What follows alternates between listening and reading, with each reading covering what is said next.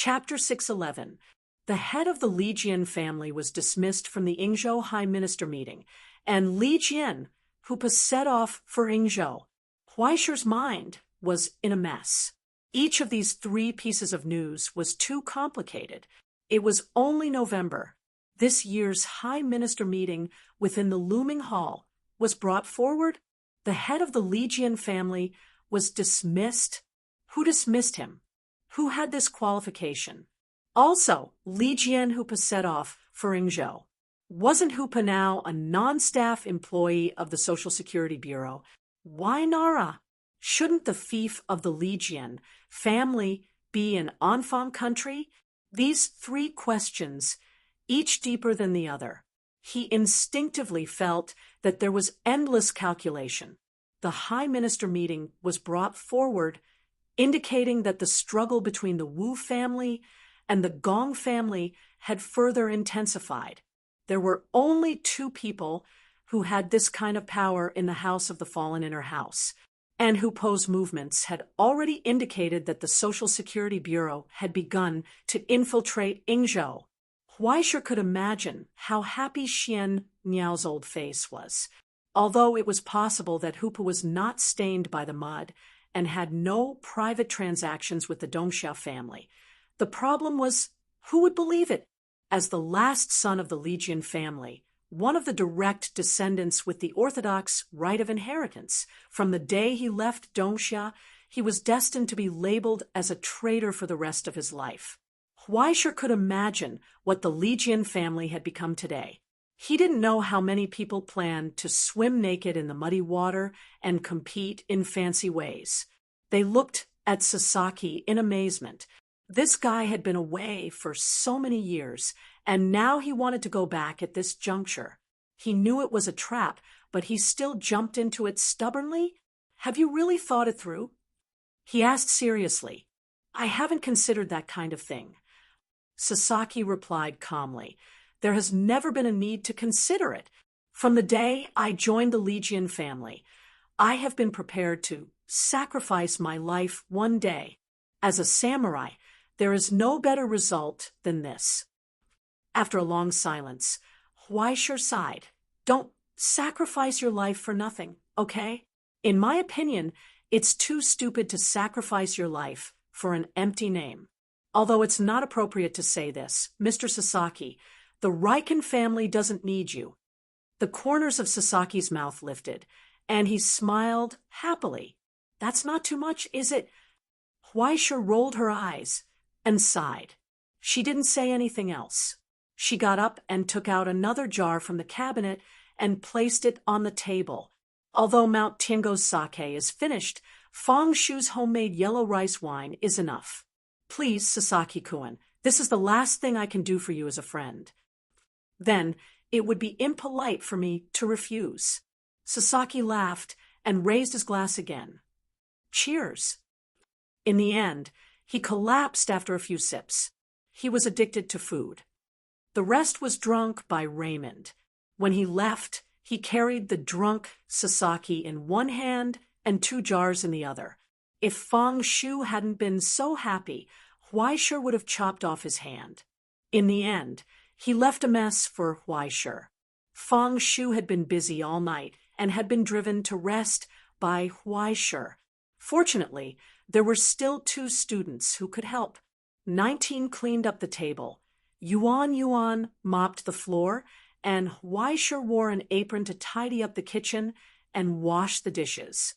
He was still full of resentment for Sasaki, who didn't listen to his advice. He murmured while washing. I don't know what he's thinking all day long. He doesn't know the value of life. He's only thinking about why he should treat the whole village to dinner. Little Yuan, 19, don't be such a person when you grow up. The 2 students looked at each other speechlessly. Well, I think you're the one who is least qualified to say such a thing, right? I'm bold because I'm skilled. How can he be compared with me? Huaishi turned back and rolled his eyes at them. With his level, he will be killed on the streets sooner or later if he gets involved in this matter in Yingzhou. Isn't it better to live well than anything else. I really hope you can understand the same thing. 19 was bold. Weisher looked back at him again. He was scared again, but it was too late. If you dare to argue with the teacher, I'll give you a supplementary lesson tomorrow. You can start with the kazoo if you don't know how to play the piano. Lin 19 held the mop and thought for a long time. Suddenly, he said, "Great-grandfather told me before that people can't decide how they are born, but they can always decide how they die. I think Mr. Sasaki may not be unaware of the result of his trip this time." He said he may have been waiting for this day for a long time. Well, for the family, for the glory. Weisher couldn't help but sigh. He finally remembered that his two students, one from the Jen family and the other from the Lin family, were all extraordinary and prestigious families. Both of them were recognized by the Astronomical Society as descendants of the Holy Name. Both of them had a sense of family honor that Weisher couldn't match since they were young. It was needless to say that they would fight for the family. Weisher couldn't imagine himself pulling out his sword and shouting for the Hui family and charging into the enemy's line. It was too funny, not to mention his parents. Even his grandfather didn't take the family's reputation seriously when he was still alive. If he died, then so be it. At least he left his grandson an old house. If he sold it in the future, he could eat and drink well for the rest of his life. He asked casually, "Are there many people like him in your family?" Yuan thought for a moment and replied, "There aren't many in the Jen family, and we don't have the habit of inviting guests from outside our family." Great-grandfather always said that the family is a matter for the elders to worry about. As long as the children don't embarrass the family, it's fine. You have to ask 19 about this. He's familiar with it. There's no such thing as glory in the Lin family. Lin 19 scratched his head and said, helplessly, "Everyone is thinking about how to commit crimes in hell every day. Many of the elders don't have the surname Lin. Rather than saying that the family's unity comes from blood, it comes more from the Candle Dragon's destiny. It can't be used as a typical example. Well, one was a family that had been passed down for generations, and the other was simply an unorthodox family. Thinking about it this way, it was true that the In family's father was kind, and the children were filial. Sensei, you don't have to take things too hard. Many ascendants in Ingzhou, especially the traditional ones, usually have a screw loose in their heads. It's normal for them to seek death all day long."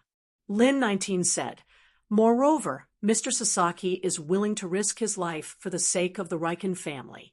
He can already be considered loyal." Loyal. Weisher thought for a moment and didn't say anything else. He lowered his head and washed the dishes.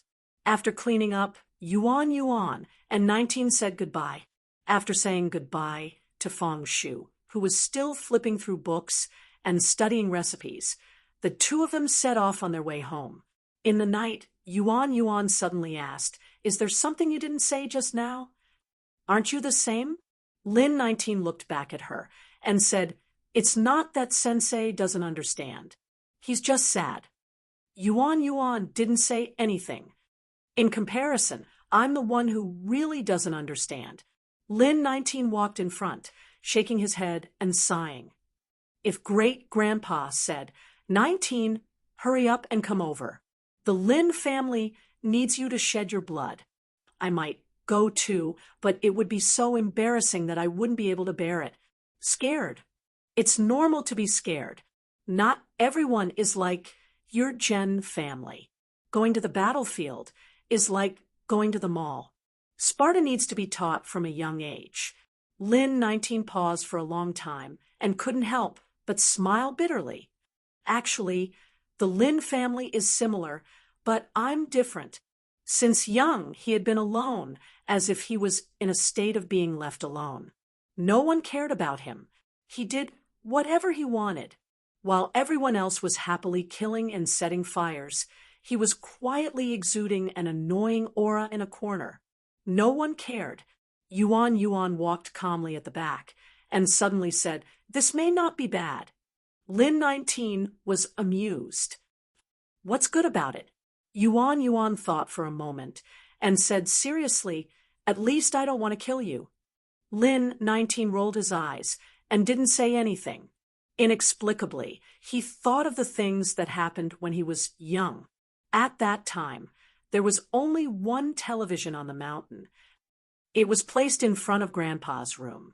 Occasionally, everyone would pay attention to the Dongsha broadcast at night to keep up with the current affairs and learn from the advanced criminal experience of their foreign counterparts. Other than that, no one cared. Only Lin 19 would squat in front of the television at 6 o'clock in the afternoon. As long as the music played, the invincible warrior, the super soldier from space, the hope of mankind, the light energy condor would shine brightly on the stage. He would fight against the space army, the underground empire, Atlantis, and all the little monsters. "Grandpa, I want to be a hero when I grow up." The small house in the woods seemed to have said such a thing. Just when the family meeting asked everyone about their future ambitions, he stood up, posed as if he was shooting light rays, and said loudly, just like the light energy condor. He still remembered the dull look on his parents' faces, as well as the stunned faces of his uncles and aunts. It was as if he had said something wrong. Only Great-Grandpa smiled, happily. He reached out and hugged him, encouraging him softly.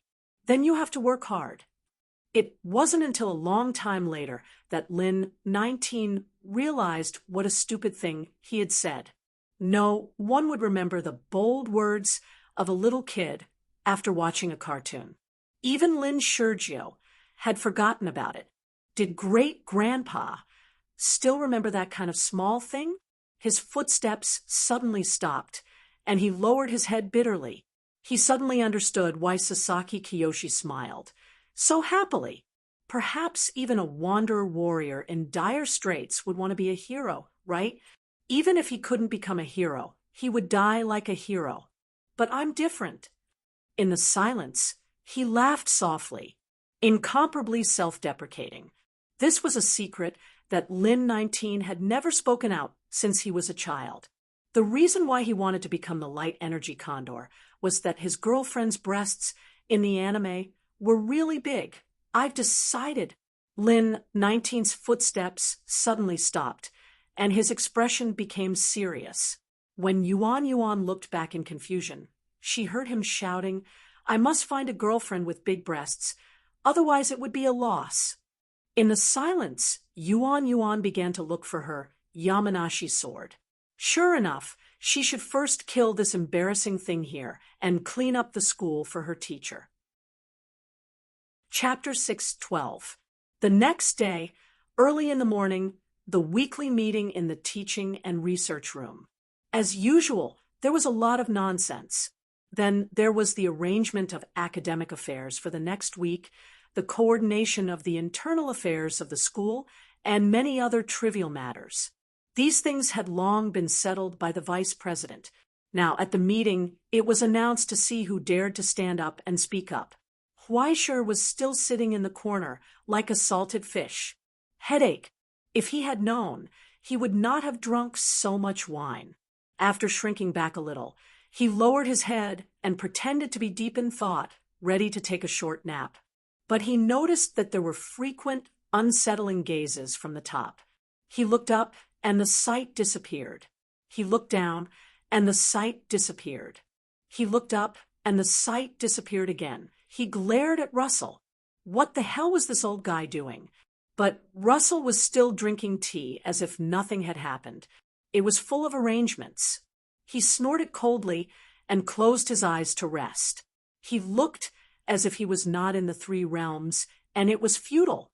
No matter what you arrange, don't expect me to respond.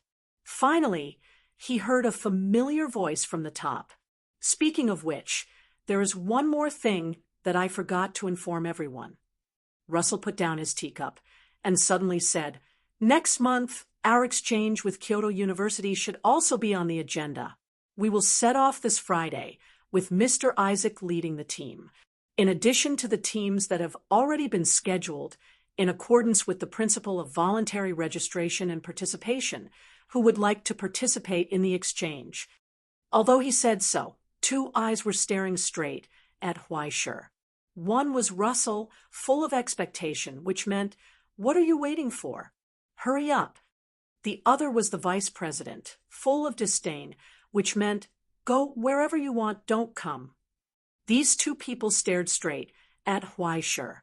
Huaishur, on the other hand, was wearing headphones, looking down at the music score in his notebook as if he did not notice. After she calmly finished writing 2 pages, more and more people in the silent meeting room noticed the 2 people at the head of the table and looked over at Huaishur. Huaishur was still calm and collected. He was not moved at all. "Want me to talk? Dream on." However, Russell was not angry or anxious. Instead, he took the initiative to speak. With concern and expectation for the younger generation, he asked kindly, "Teacher Huaishur, as a disaster musician, don't you want to communicate with the Ingzhou Philharmonic Orchestra?" "I'm sorry, Principal." Huaishur raised his head and calmly retorted, "Their cellist skills are notoriously bad in the industry. There's nothing to talk about." Russell was stunned. "Is that so?" "Yes, that's right." Huaishur nodded solemnly, with a look that said, "I'm talking nonsense. I'm not going. Hit me if you have the ability. Since that's the case, let's have Teacher Huaishur guide him." Russell smiled and turned to the vice principal. "Write down his name." "Motherf *Ker. Are you waiting for me here?" "Sorry, it's my ex-girlfriend's birthday next month, so I have to take annual leave to go to London." Huaishur made up a lie that he didn't even know what kind of lie it was, and sighed sadly. "Although I have lost this relationship, I hope there's still a glimmer of possibility to recover it. It doesn't matter even if it's a wasted trip." Russell was shocked. "When did you have a girlfriend?" Huaishur smiled and raised his finger to point at his head. "Principal, look at my face. Do I look like someone who can't find a girlfriend?" Then, taking advantage of the short period of time when Russell was stunned, Huaishur immediately used a stomachache as an excuse to leave early and run away. "Oh, I've grown up? Russell, you want to set me up again? Dream on." In the afternoon, in the corridor outside the meditation room. "Thank you for your long-term care, Professor." Sasaki knelt on the ground and bowed his head. "Please forgive me for not staying long." Behind the paper door, an old voice coughed. "Are you leaving now, Sasaki-kun?" Sasaki didn't speak, but lowered his head and closed his eyes with guilt. It was difficult to repay the professor's kindness. "Then go. Don't worry about me, an old man. Isn't this the so-called samurai? You have to set foot on the battlefield." The old man behind the paper door slowly got up and stared at the figure outside the door. After a long silence, the old man whispered, "Kindness is important, but I also hope that one day I can drink with Sasaki-kun again. Just like in the story, when it's over, you and I will meet again under the cherry tree, drink, sing songs, and laugh. We won't go home until we're drunk. Even if we can't make it in time, it doesn't matter if the cherry blossoms fail. Please come back safely." The old man didn't say the last sentence in the end. He just tidied up his clothes, propped up his decaying body, sat upright, and said goodbye to the friend he met in the mortal world. "Take care of yourself." Sasaki didn't speak anymore. He got up and left. He was already in tears.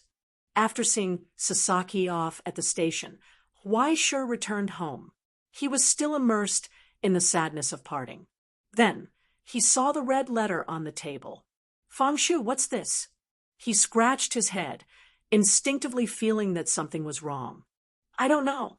It was just sent by express." Fangshu replied, "I always feel that it's not a good thing." How about I throw it away for you? Huaisher frowned, lowered his head, and carefully looked at the letter on the table, turning it around. It was as if he was looking at a bomb package. There was something wrong with this thing. But as soon as he picked up the letter, it disintegrated in his hand, revealing an iron plate the size of a business card, branded with the logo of the Cooking Demon Competition Organizing Committee. Hell, Cooking Demon Competition designated. The first line of big words made Huaisher's eyes twitch. The aura of an arrangement came back again. Mr. Huaisher, according to the customer's special request, you have a cooking demon competition to be held in Ingzhou in half a month. We hope that you can continue to promote Hell's food and beverage culture in the competition, creating new achievements and new heights. Hell Cooking Demon Competition Organizing Committee. In the silence, Huaisher's expression changed, as if on a color palette. Cooking Demon Competition designated, a designated task from the Hell Cooking Demon Competition Organizing Committee. Huaisher took a deep breath and roared at the sky. Russell, you old bastard. 10 minutes later, Huaisher finally finished cursing. He calmed down a little, pinched his chin, and thought for a while. Finally, he took out his phone and called Hupuya. As if she had been waiting for a long time, the call was quickly connected. Stinky sister, who told you to call me? Huaisher asked bluntly. On the other end, Hupa was quite calm, and her answer was concise. Big cousin. Fine. Zhu Hongchen's arrangement was also on the way?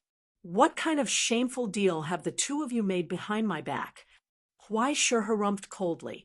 Sorry, but I'm not going. The other party seemed to be in a good mood, as if she were laughing.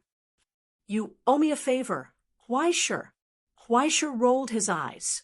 She was referring to the reminder Huaisher had given him when he had taken AI Qing with him. You can't possibly treat that as a favor, right? You were defeated by me, okay? Little sister, Hupa, don't be mistaken.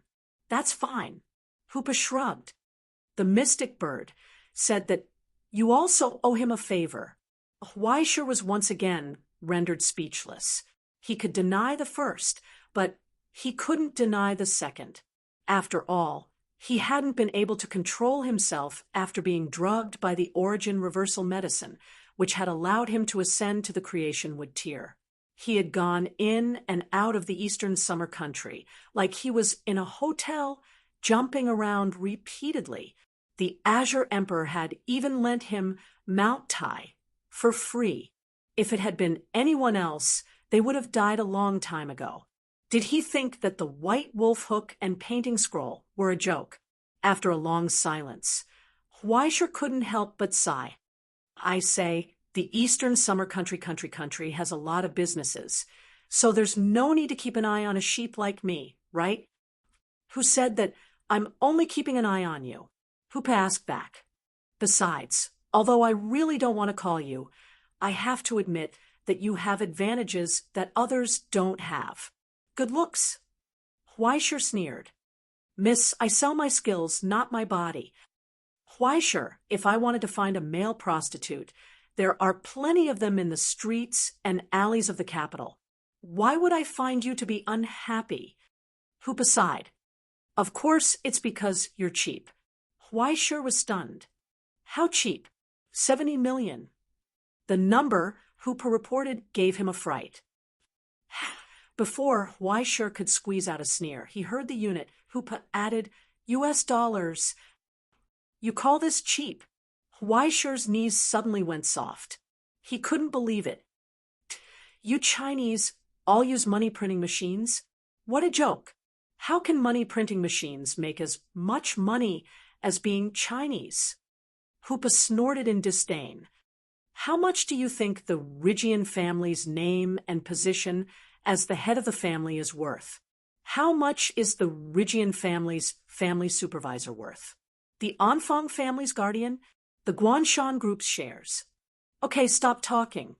I know I'm a country bumpkin. Huaisher's face twitched. Although she gave a lot of money, Huaisher still didn't waver. Miss Hoopa, even a country bumpkin has a backbone. Don't use money to humiliate me. Let's just leave it like this. And before he could finish the word "see," he heard a voice from the other side. Yuji Treasure. Is he? Huaisha frowned. What's Yuji? Do you guys build a treasure house just for matcha? You know what I'm talking about. Why sure. Don't play dumb. Hoopa said coldly. I'm talking about the capital city's equal court, the treasure house of Ing Zhou's lineage, Yuji Treasure. Didn't you want to say goodbye? Let's just leave it like this. Wait. Huaisha raised his voice. As a matcha lover, I want to hear a few more sentences. Tell me in detail. This is what I like to hear.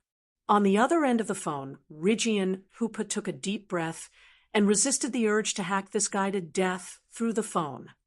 The capital city's equal court is one of the most important bases of Ing Zhou's lineage. The Yuji Treasure is where the origin codex of many stigmata miracles are stored.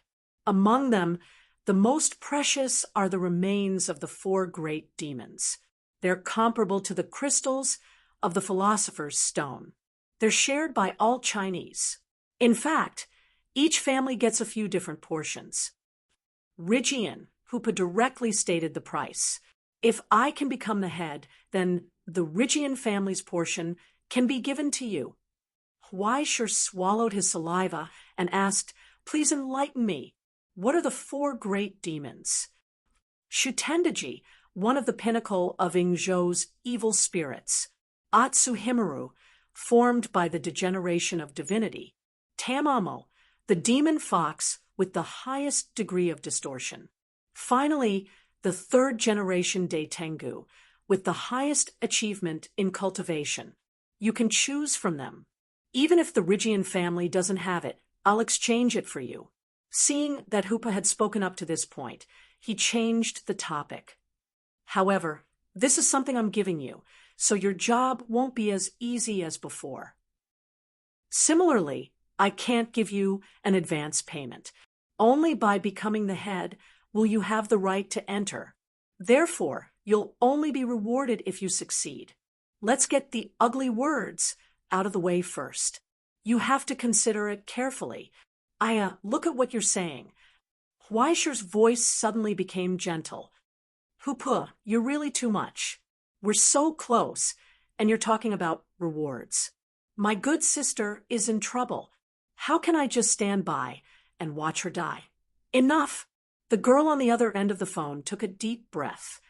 Please don't say things that make my stomach uncomfortable. What a coincidence. I also have stomach problems. Huaisha sighed sympathetically. The doctor said that it'll be fine if you live off a woman, but I'm afraid you don't have that ability. Why, sure. Cracking sounds came from the other end of the phone. It was as if the phone was about to be crushed. All right, there's no need to say any more. I'll be there next week. Huaisha rubbed his hands excitedly. Us brother and sister are of the same mind. Our sharpness can cut through metal. Come on, fight. Victory belongs to you. Hoopa dear. Heart to heart. Bang. The phone was finally completely crushed. Chapter 6:13. After hanging up, Huaisha fell into silence and didn't say anything else. He sat on the chair and began to think. After the head of the Rigian family was dethroned, the key position that was left vacant. The foreseeable competition between the Rigian family's orthodox and side branches, as well as the endless internal strife between the Wu family and the Gong family, as well as the infiltration of Dongsha's genealogy, the showdown between the chef and demon, the arrangement of the ivory tower, and the reward promised by Hoopa in the end. The remains of the 4 great demons in the Yuji treasure. They were known as treasures on the same level as the Philosopher's Stone. Their existence until now was not only because of their power, but also because of their position in history, which laid the foundation for Ing Zhou's genealogy. It was like an antique that was displayed in a museum. They were all testimonies left behind in history, proof of the genealogy's past. As evil beings, the degree of distortion on them was shocking, but the correction value built on this foundation was not small either. As origin books, they had spread countless disasters, but at the same time gave birth to countless miracles. If they were used as materials for alchemy, they would be able to create rare treasures. If they were used as food, Huaishir lowered his head and stared at the blood-red imperial god blade on his knees. Amidst the endless resentment, there was an unquenchable sense of hunger and thirst. It was the ferocious nature of the crow hidden under their pious praise. During their evolution, not only did they not feel satisfied, they became even more desperate, craving for more food, more disasters, and more miracles. If that's the case, it's not a bad trip. Huaishir let out a long breath, looked at Tangi, who had unknowingly appeared beside him, and asked, "Do you have any suggestions?" Tangi thought for a bit. "Eat and drink well, bring some souvenirs, and don't pick the wildflowers by the roadside." Huaishir rolled his eyes. "Be serious. Anything else?" "Also, come to the basement tonight. I have something to tell you." "I think it's time to teach you Great Si Ming's transformation technique." Tangi's smile gradually brightened. "Let me say this in advance. This ritual is very dangerous. How to use it and how to seize the opportunity will depend on you. Don't go overboard." From that smile, Huaishir sensed the familiar premonition of death. He sighed in understanding. "All right, it's time to persecute me again, isn't it?" In fact, this journey probably wouldn't be smooth sailing at all. From the very beginning, it made people feel that their lives were full of misfortune. In the afternoon of the next day, Huaishir received a call asking him to go to the school office as soon as possible because there was something important to inform him. "I'm sorry, Secretary Huai. Your passport was returned." The commissioner coughed a few times. "Ingzhou refused to issue your passport and issued a warning and complaint to the Ivory Tower." Huaishir was dumbfounded. "What the hell? We don't know about this either." The commissioner said to Huaishir with an indescribable expression, "For some reason, Looming Hall listed you as a dangerous person and issued a warrant for you. Also, they claimed that you still have several crimes in Ingzhou that are under prosecution, including impersonating a national civil servant and espionage. Do you have any clues?" "How would I know?" Huaishir widened his eyes and retorted in a trembling voice. "This is slander, complete slander. It's Looming Hall's despicable and shameless framing. Poor innocent people like me, the pillar of the Astronomy Association, the purple gold beam of the Ivory Tower, a young and promising upright man, have suffered such unfair treatment. The sun is shining, the sun is shining. I've made contributions to the present world. I've shed blood in hell. I want to appeal to the Astronomy Association. I want to appeal." He said that he wanted to appeal. In fact, Huaishir did appeal. The efficiency of the Astronomy Association was as outstanding as ever. 10 minutes later, a call came from the Countermeasure Secretariat of the Ingzhou Governance Bureau. A voice full of respect and humility expressed his understanding of Huaishir with a tone full of guilt, anger, and indignation. He complained about the despicable act of Looming Hall, and then inadvertently mentioned Huaishir's ranking on the internal blacklist of the Xinluo Seven Stars group. In the end, the other party said that they already knew about this matter and would soon organize a meeting to discuss and solve it. They were already doing it and were on the way. So please rest assured and teach in the Ivory Tower. The Ingzhou Governance Bureau branch will definitely give you an explanation. Although the wording was very polite and general, if it was translated concisely, it would become very straightforward. Stinky brother, who are you trying to fool? Think about what you've done in the past. It's only been a little more than a year since the Asian Rookie competition. The Looming Hall is still looking at you from the old crooked tree. The last time you, a member of the Astronomy Association, got involved in the Battle of Yamatai City. Do you know how many times our local gang wiped your ass for you? Why are you still jumping into the pit now? Just stay in the ivory tower obediently. In all fairness, as a brother unit, the Ingzhou Governance Bureau was already very kind. Otherwise, the Looming Hall's bounty and the Seven Stars Group's bounty wouldn't stop at the level of shouting. But they really didn't want to help. These days, it was already very difficult for the Governance Bureau to remain neutral in the struggle between the Wu family and the Gong family. Especially recently, the situation had begun to become turbulent again. All kinds of messy things had already caused the members of the countermeasure headquarters to lose a lot of hair. The ousting of the Rigian family was just a fuse. No one knew what kind of storm would come next. At this juncture, when they heard that the infamous Jinx in the Asian Governance Bureau was going to jump into the gunpowder warehouse at their doorstep and give everyone a job, the head of the customs at the border was scared. "Brother, can't we just stop for a moment? Isn't the rice in the ivory tower delicious? Why did you come to Ingzhou to eat this cold lunch?" In short, if he didn't complain, he wouldn't have known. But once he complained, he was shocked. Huaishur was shocked to find that his reputation had reached the edge of a dangerous cliff. He was dumbfounded. He felt that something was King wrong. "What the hell are you doing? I'm already prepared here, but you're banning me from entering the country? Do you bastards know how much determination I made and how much mental struggle I had to do? Besides, do you think you can stop me like this?" In fact, they could really stop him.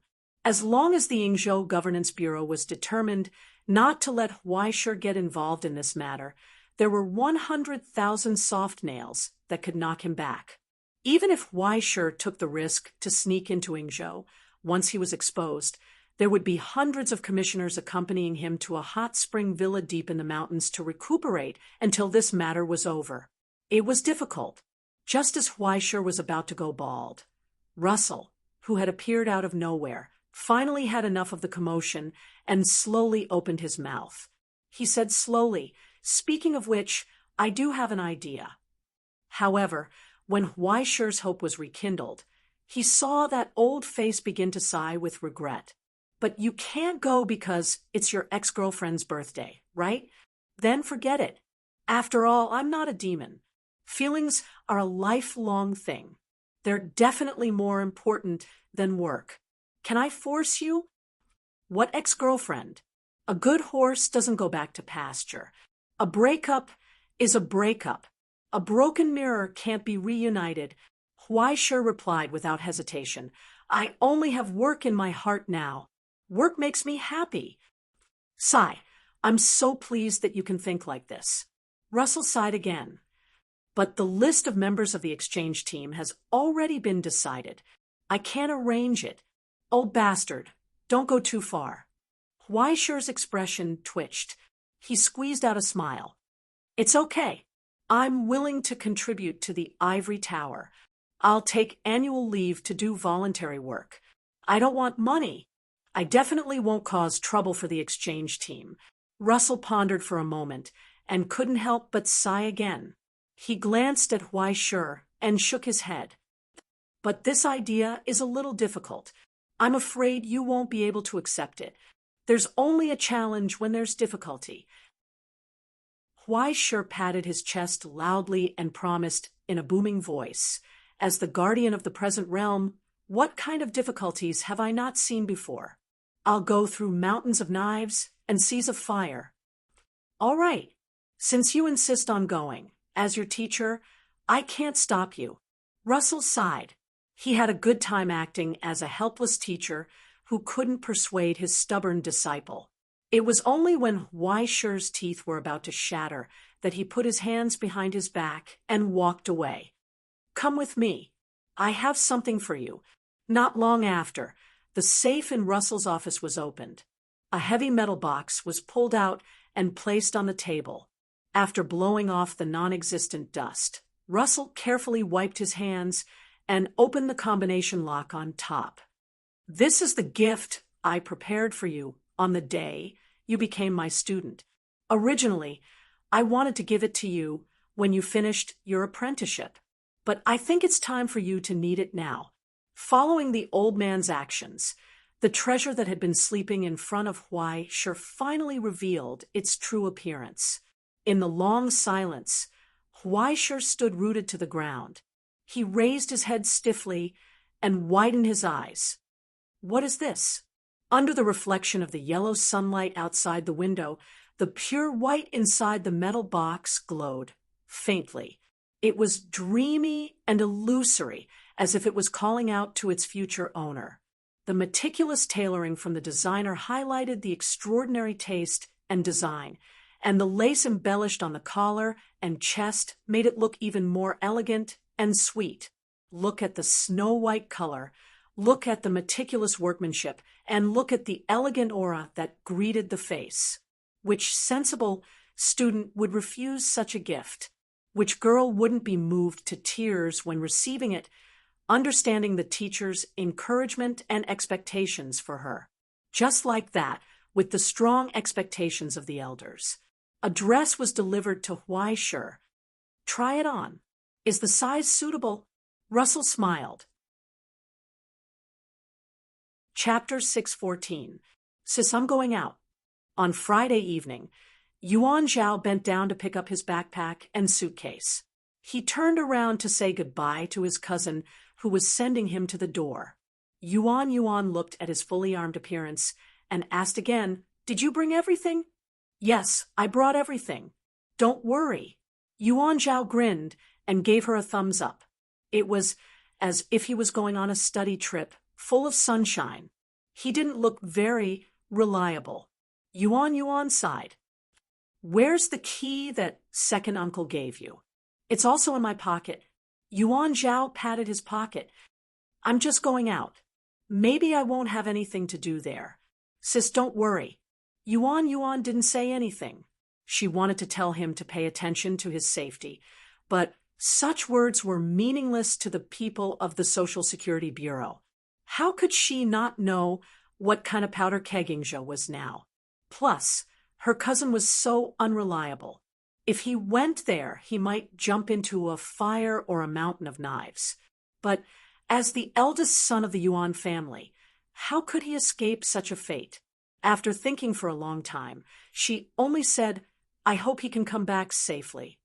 "Don't worry, there's Huai." Yuan Zhao waved his hand. "If there's anything, let him take care of it. I'm too lazy to stick my head out." Yuan's expression suddenly became complicated. Teacher might not be able to go. After a moment of silence, the girls sighed. It's said that a few days ago he wanted to sneak into the earth and was caught on the spot by the self-defense forces, but he was extradited by the Astronomy Society. He should still be in London now, right? Although he knew that his cousin was worried, Yuan Zhao couldn't help but laugh out loud. He became more and more excited. "Ha ha ha ha. If you visit him in prison, remember to make fun of him for me." Yuan Zhao raised his eyebrows and whistled. "Let him stay in London. This time, the real protagonist will appear." The sense of mission that hit him in the face. This familiar sense of inheritance. That's right. The foreshadowing was over. Next, it was time for the real hero, the future star of Dongsha, Yuan Zhao, to appear. After leaving the door, Yuan Zhao couldn't help but dance with joy. With every step he took, he seemed to smell the fragrance of freedom, the sense of relief, the sense of anticipation, and the refreshing breeze that blew in his face. "Do you hear that, Yuan Zhao? That's cousin calling out to you." Filled with hope, the young Yuan Zhao ran on the path towards the future. "Ingzhou, figurines, models, and girls, I'm coming." Although he had a mission from the Social Security Bureau, Yuan Zhao was still a student of the Ivory Tower in name. If he wanted to enter Ingzhou, he couldn't use the name of Dongsha genealogy as a member of the academic exchange team. Although Yuan Zhao didn't know anything about academics, it didn't stop him from looking cute and sweet. From this point of view, he could be considered to have grown up, right? Although he was still a Chinibu, at least he was much more obedient under Yuan's iron fists and learned how to communicate politely with ordinary people. It didn't take long for him to become familiar with the dozens of professors and students in the exchange team. Even the usually harsh vice headmaster, Isaac, didn't make things difficult for him because of his identity and other motives. Just like that, he smoothly integrated into the group. It was also because of this that he noticed a figure faintly drifting away from the group. Just in the corner of the waiting hall, the slender figure in front of the window, under the dim light of the setting sun. The white skirt fell from the edge of the chair and covered her ankles, revealing the straps of her shoes and her white ankles.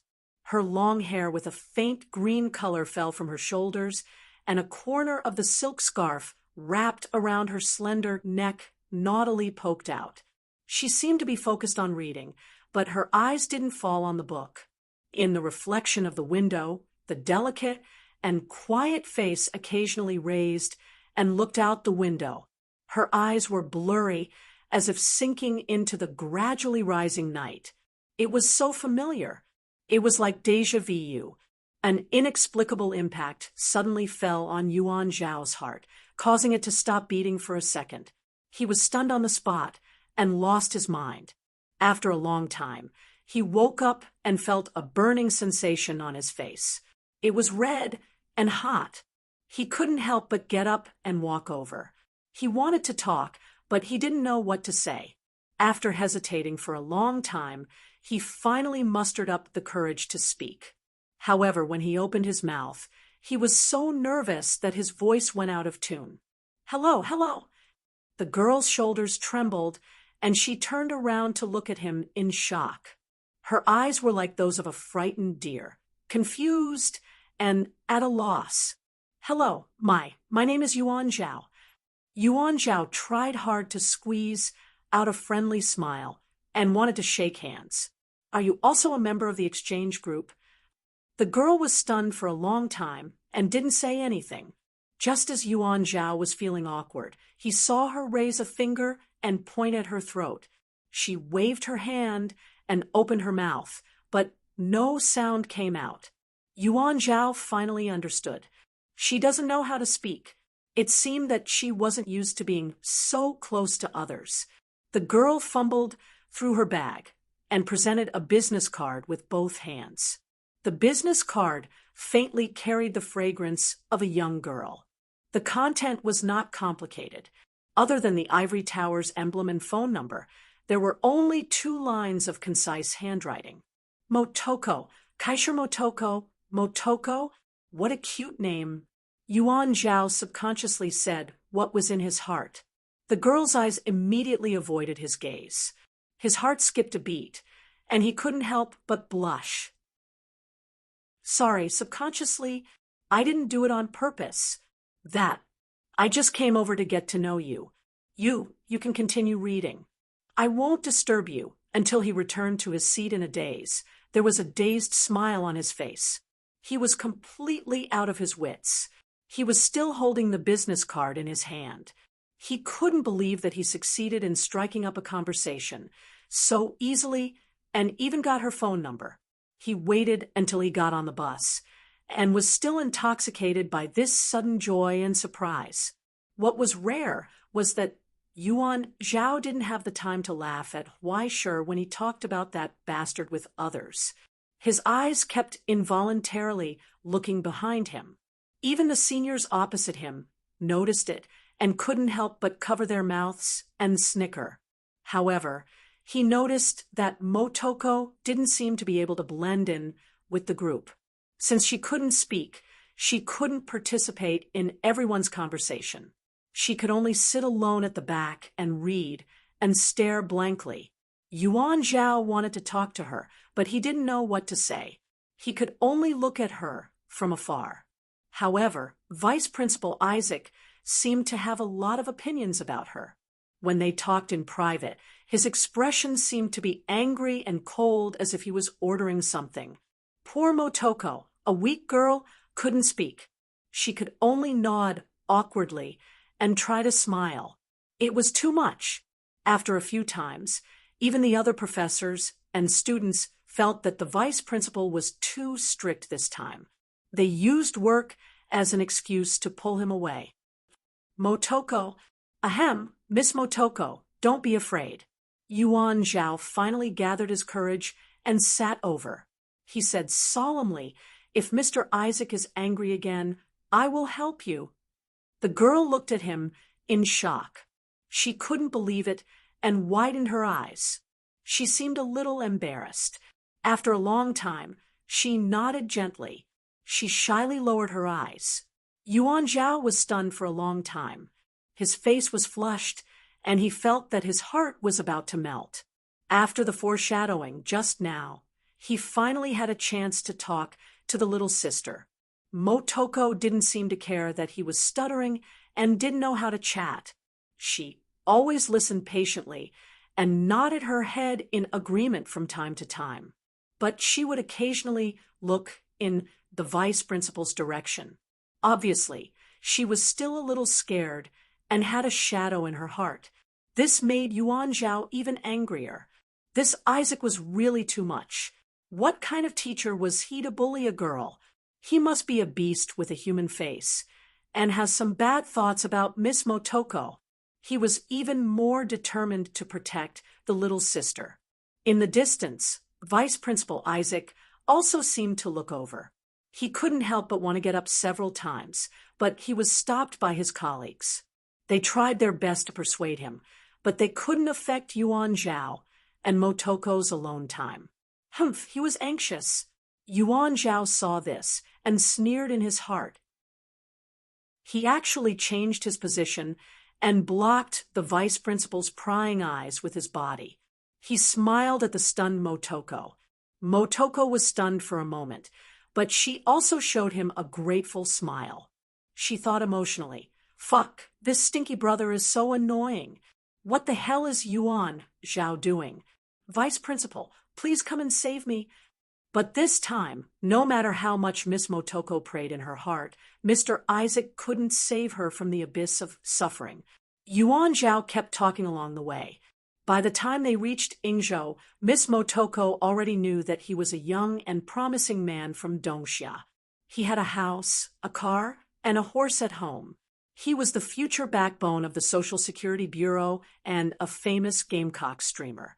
He also had two very powerful sisters. His father was very strict, and his mother was very gentle. His brothers and sisters were very good. Also, she had to be very careful and vigilant of a beast in human clothing called Huaishur. It was said that he liked to play with ignorant girls like her. Once she fell into the hands of that pervert, she would be done this and that. In the end, she would be covered with the word official and would never be able to escape from that perverted demon's control and exploitation. But she didn't have to be afraid, because this stinky brother in front of her would definitely protect her. Damn it, I've had enough. Beelzebub, who was in the backpack, had been laughing wildly since this morning. He hadn't stopped for 12 hours. Miss Motoko felt like she was going crazy. But this stinky brother in front of her wasn't done yet. If she wasn't worried that her identity would be exposed, Miss Motoko would have pulled him into the toilet, lifted her skirt, and let him know what it meant to be bigger than her. Fortunately, the train finally arrived at the station just before Susie could no longer hold back and was about to vomit. Yingzhou, the capital, welcome. Chapter 6:15. There's no way I can live like this. Huaishur sighed. He lowered his head and looked at the completely unfamiliar girl in the mirror in the washroom. When he realized that this was him, he felt a headache coming on. Tangi, that bad girl, couldn't she make herself uglier? Why did she have to make herself look so good? It was a mistake to ask her to dress up for him from the beginning. Also, Hupo's stupid sister must pay more.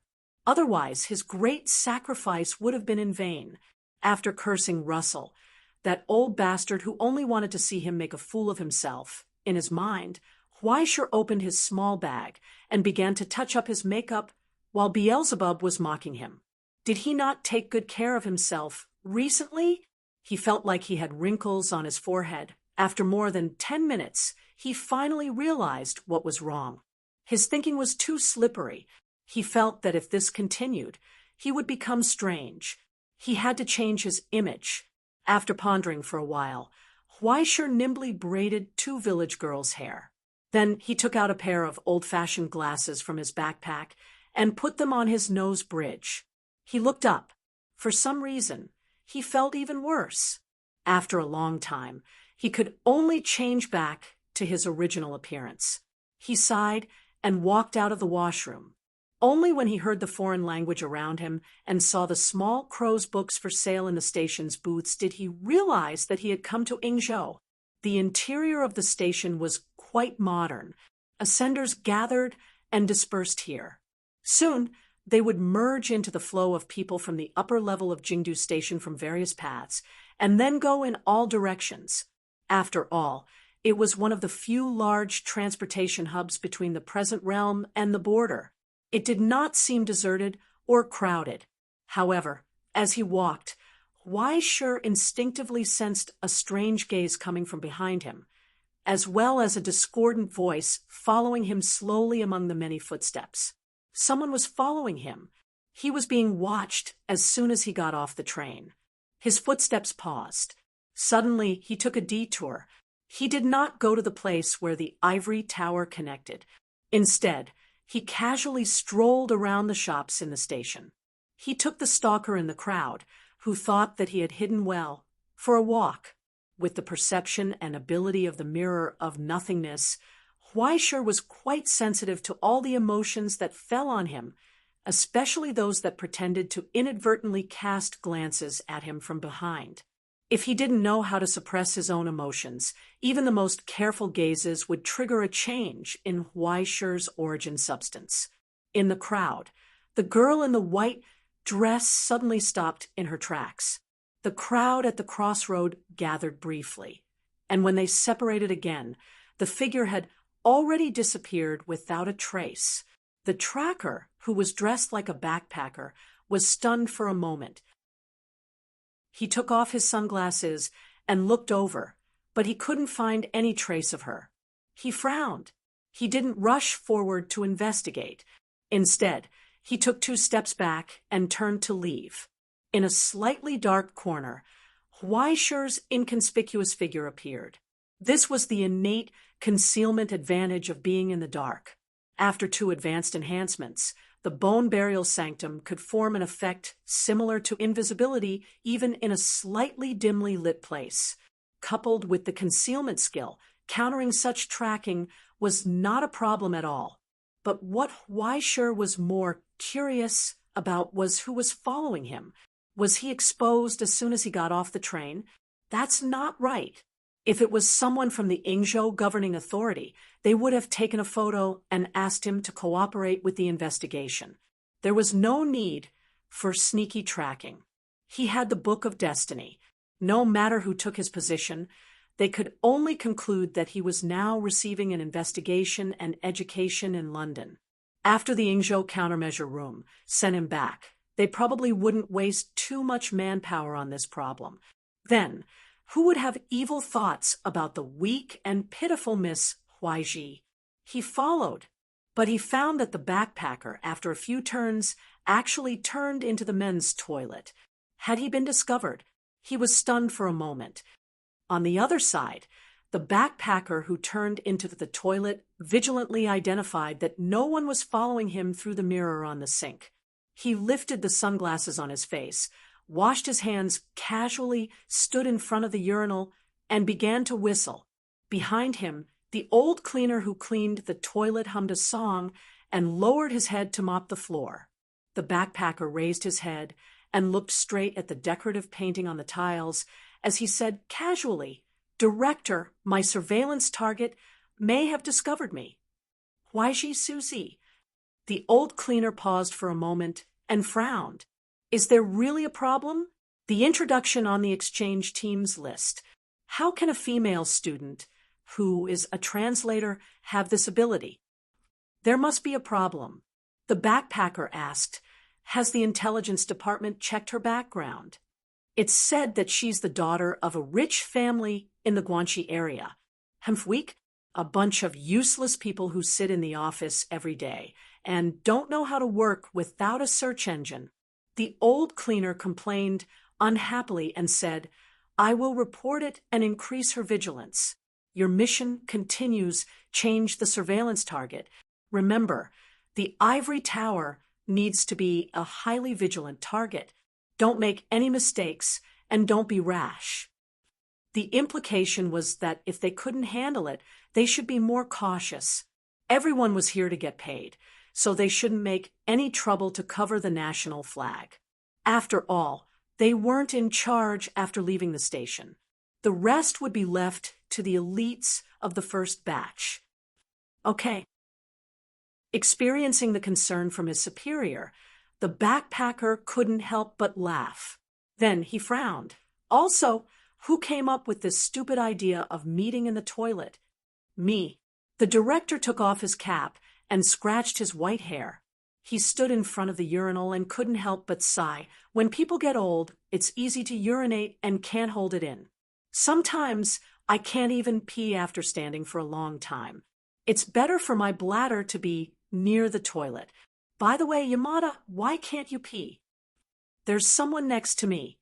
I'm nervous. The backpacker Yamada couldn't help but sigh. I told you not to drink with Hanma and the others. Director, you're already so old. Why don't you admit defeat? I'm still young. The director snorted and lowered his head, looking disdainfully at his subordinate's outrageous look. Look, Yamada, compared to your soft water gun, my torrent is so strong. Yamada wanted to roll his eyes. I'm not looking. It hurts my eyes too much. Although he said that, the sound of water splashing came from beside him. It stunned him for a long time. He couldn't believe it. Wait, isn't this too unreasonable? In the end, he couldn't help but look to the side. He saw the figures standing between the two of them. He froze on the spot. He didn't know when she had appeared. A pure and adorable girl with a hint of sweetness was standing shoulder to shoulder with them. She lifted her white dress, whistled, and peed in satisfaction. She swayed proudly. The old cleaner and the backpacker froze on the spot. They opened their mouths in a daze, but they couldn't say anything. They couldn't even make a sound. When the sound of water gradually disappeared, she put down her white dress again, hiding the indescribably terrifying thing in the darkness of the taboo again. Then she raised her hands and put them on their shoulders rather intimately. She comforted them earnestly. Everyone has their strengths and weaknesses. There's nothing to feel inferior about. It's fine as long as you have enough, right? No one responded. The two of them, who were about to turn into wax under the fierce poison, still maintained their dumbfounded posture. Their pupils trembled, and they could not hide their panic. Then, the girl who suddenly appeared asked in a man's voice, "Looming Hall?" Yamada's pupils shook twice in fear. It was as if he was denying it. She thought for a moment and asked again, "Seat?" Her pupils continued to shake. It was expected. After all, they were just two noobs who had sublimated. One was a second order, and the other was a first order. They didn't seem to be from a violent organization within the Ingzhou genealogy. Could it be MPD? This time, the two secret police from the Kyoto Metropolitan Police Department finally began to blink crazily. Okay, then, thank you for your cooperation. Miss Huaichi nodded and turned to the sink. After washing her hands, she turned around and said, "Although I don't know why you are following me, the price for following a beautiful girl like me is to have a good sleep for 2 months." As she said that, she looked back and smiled. Sweet dreams. As soon as she finished speaking, the two of them fell to the ground and fainted from the high fever. Miss Huaichi picked up her backpack again and walked out of the door. She narrowed her eyes slightly in the crowd. Finally, She understood the tension of the situation. Even the Kyoto Metropolitan Police Department began to monitor the situation at the border station. It seemed that Ingzhou was really not peaceful recently. Miss Huaiqi? A sudden voice of surprise sounded. He had searched for her thousands of times in the crowd.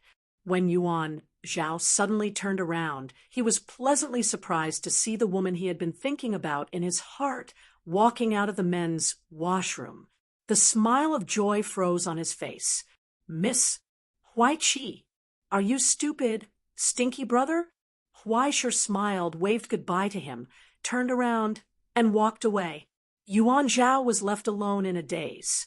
He looked back at her departing figure and the men's washroom in front of him.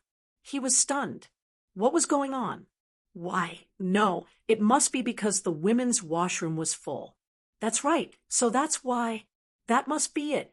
He didn't expect Miss Huaiqi to be so casual and flexible. She was really amazing. Just like that, with hope in his heart, Yuan Zhao walked into the washroom. He lowered his head and saw the two men on the ground. His smile gradually disappeared. A burly man with dark skin and a wretched old man were lying on the ground. Their faces were flushed and their clothes were disheveled. He thought of Miss Huaiqi's satisfied smile again. He didn't know why, but tears fell down uncontrollably. On this day, the 15-year-old Yuan Zhao finally witnessed the legendary world of darkness that only adults knew about. At that moment, a cracking sound came from the boy's chest. Yuan Zhao's love heart was broken. Chapter 616. It didn't matter what the world was like anymore. Ingzhou or whatever, it didn't matter. Missions from the Social Security Bureau, it didn't matter. They were all meaningless things. When Yuan Zhao walked out of the bathroom in a daze, he seemed to have changed into a different person. He hunched his back and followed the team from the ivory tower dejectedly. He was like a walking corpse. When the seniors looked over, their eyes became sympathetic. This young man probably failed in his confession. He had to suffer more beatings from society in order to grow. Come on, Yuan Zhao, don't lose to yourself. But in Yuan Zhao's eyes, those words of encouragement didn't matter anymore. The outside world was too scary. Sister Yuan, I want to go home. At this moment, he only wanted to return to his warm room, take a bath, drink a cup of hot tea, curl up into a ball in the heavy cup, and then cover his head and cry until he had no strength left, and then fall into a deep sleep. It would be best if he didn't dream and never woke up again. The three-dimensional world was too dirty. He wanted to go back to his two-dimensional world. Just as he rubbed his red eyes and couldn't help but feel sad, he heard a voice in front of him. Is it snowing? It's only November. So early. Then I can take the time to go skiing? I want to soak in the hot springs. I heard that there are wild monkeys on the mountain. Almond, can you come with me? Okay, I'll accompany you no matter what you do. Looking at the affectionate couple, Yuan Zhao looked away numbly and snorted in disdain. Stupid three-dimensional world. Do you think you can hurt me like this? My heart is already, he wanted to say that his heart was already dead. But when he raised his head and looked into the distance, he saw the snow powder slowly falling from the sky of the square, the neon lights, and the slender figure at the end of the crowd. She stood in the pure, white, falling snow. She seemed to have blended into this pure world. It was hard to tell them apart. Only her long hair fluttered in the wind. Her black eyes were illuminated by the light in the distance. She raised her hand in surprise to catch the snowflakes falling from the sky with a childlike and pure smile. She was like a fairy in the snow. She didn't belong to this world. Miss Huaiqi, Yuan Zhao froze in place. With a plop, it was as if a needle had been injected into his chest. His originally shattered heart was once again mended, fiercely beating for a moment, causing his dying soul to once again shine with hope. He was ready. Yes, Yuan Zhao, it's still too early to give up. He hadn't asked anything and didn't know anything. He had only seen some discordant things, which might not be the truth. Besides, even if just as he was feeling conflicted and wanted to go up, he realized that the figure had already disappeared into the crowd. Gone. Yuan Zhao widened her eyes and looked at the group beside her. To her surprise, she discovered that she was not in the exchange team. Where did she go? Miss Huaiji's schedule is different from ours. The vice principal stopped beside him for a moment, then glanced at him from the corner of his eyes. Also, Mr. Yuan, as a member of the Ivory Tower, you may not have much of a sense of identity with the school, but please try not to cause trouble in your next solo operation. Especially, don't bear the name of the Ivory Tower. He warned sternly. Regarding the 2 secret police in the washroom, the MPD has already issued a serious warning to us. I hope this kind of thing won't happen again. Washroom? Secret police? Yuan Zhao finally understood. So it's like this. I understand. Nothing filthy as he imagined had happened. Miss Suko only chose to fight back after being harassed by the 2 secret police. That's great. That's really great. In the silence, Isaac saw the expression of the young man in front of him constantly changing. At first, he was stunned, then he couldn't help but reveal a relieved smile. In the end, he was so moved that he actually cried. No, little brother, what's wrong with you? He took a step back in shock, his eyes filled with disdain. Another crazy. JPG, he was completely unaware of how this scene looked to others. Hey, did you see that? The vice principal first bullied Miss Huaiji, and now he actually made the most tender little brother in the group cry. This is too outrageous, too much of a bully. Isaac's reputation continued to be damaged. In the end, when Yuan Zhao finally calmed down a little, Isaac raised his eyes and looked at the car that had been waiting for a long time next to the square. The person who came to pick you up has arrived. Mr. Yuan Zhao, you should go, he said. Please remember, no matter what you do, you must come back when the academic exchange officially begins in half a month. Yuan Zhao nodded, wiped his tears, and turned to leave. Isaac's lips opened and closed for a moment, but he was silent for a moment. In the end, he only said coldly, I really hope that the next time we meet again is not at your funeral or in the prison cell of Looming Hall. He retracted his gaze and stopped looking. The car had already left with Yuan Zhao. It went straight in the direction of Yingzhou Bridge, the great entrance to the second dimension. What Nara? Miss Huaiji had disappeared. No mood. Next time. 5 minutes ago, Miss Suko, the fairy in the snow, did not notice a certain young man who had reignited his hope not far away. She looked up at the falling snow in the sky and thought in her heart, damn it, I'm so cold. I'm going to buy a down jacket. He turned and walked into the mall. When he came out half an hour later, he had already changed his clothes. He wore a down jacket, jeans, a knitted hat, and a pair of huge sunglasses. He didn't look like the pure, innocent, and pitiful girl from before. He was fed up with the scene where a group of people would snort when he picked his nostrils. Thinking of those disgusting peeping eyes, Huaisher suddenly trembled with anger. His hands and feet were cold. Could this world be better? He finally realized that it was not easy for women. Now, he could finally practice martial arts openly. From this point, it seemed that it could be considered an advantage. He was not as licentious as a certain young man who was like a wild dog out of control. Huaisher, who was paid to do things, at least had a sense of responsibility. He directly bought a JR Express to Nara. After eating something, he planned to go to Nara today first.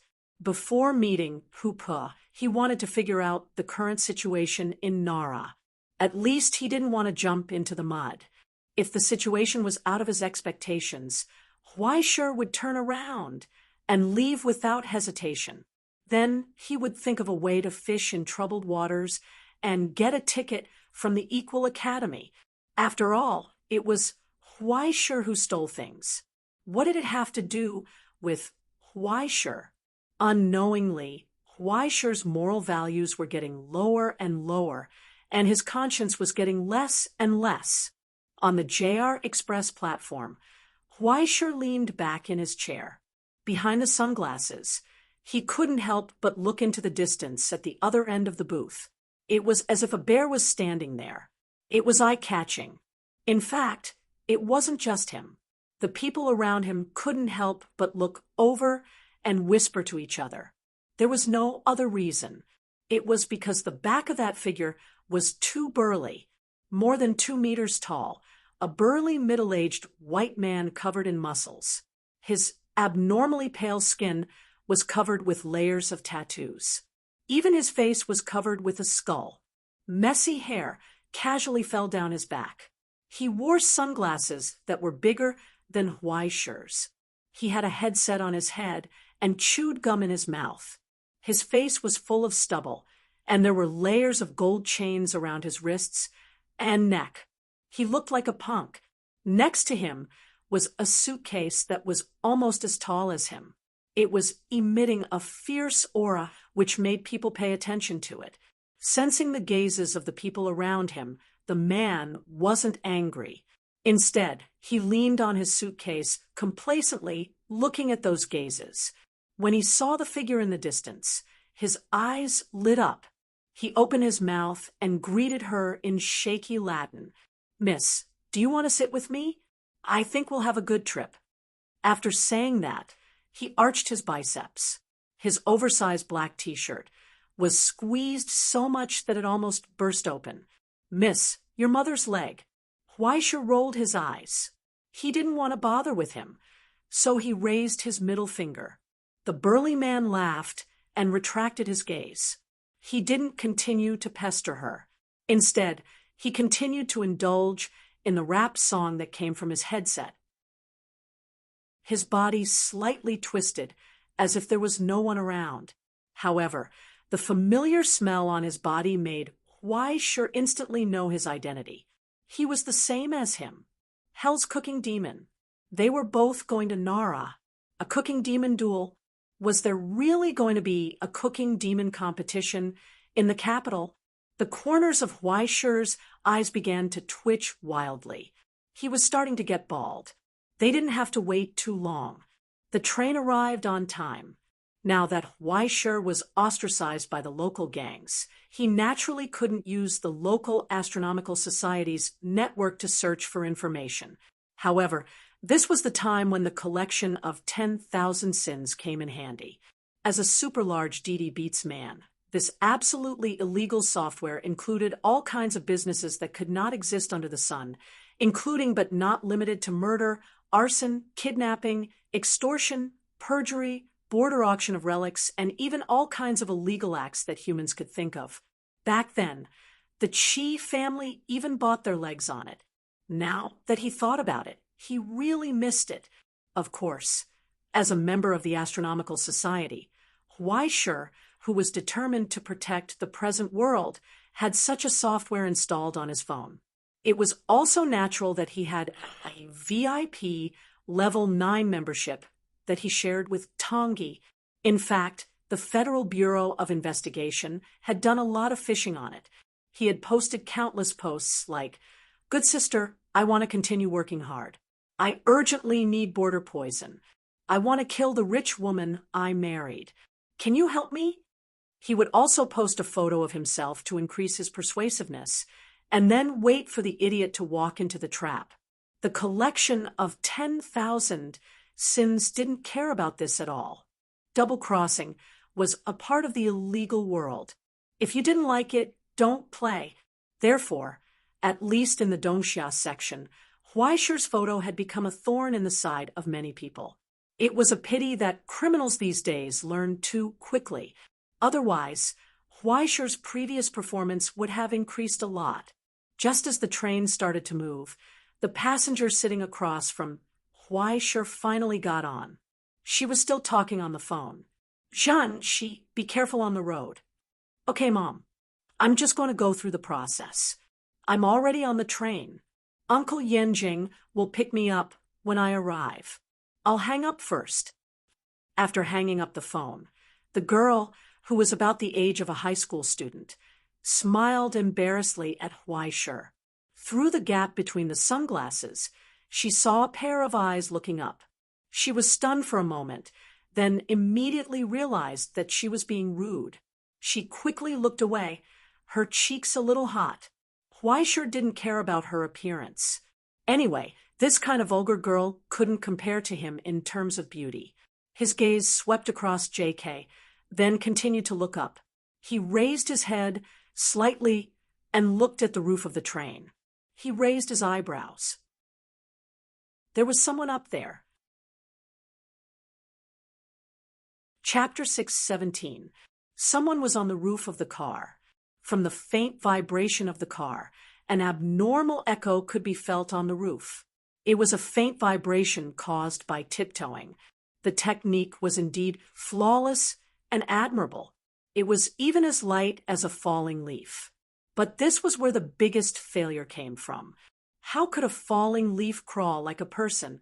Moreover, it was on the roof of the accelerating Shinkansen. It was probably a train rider.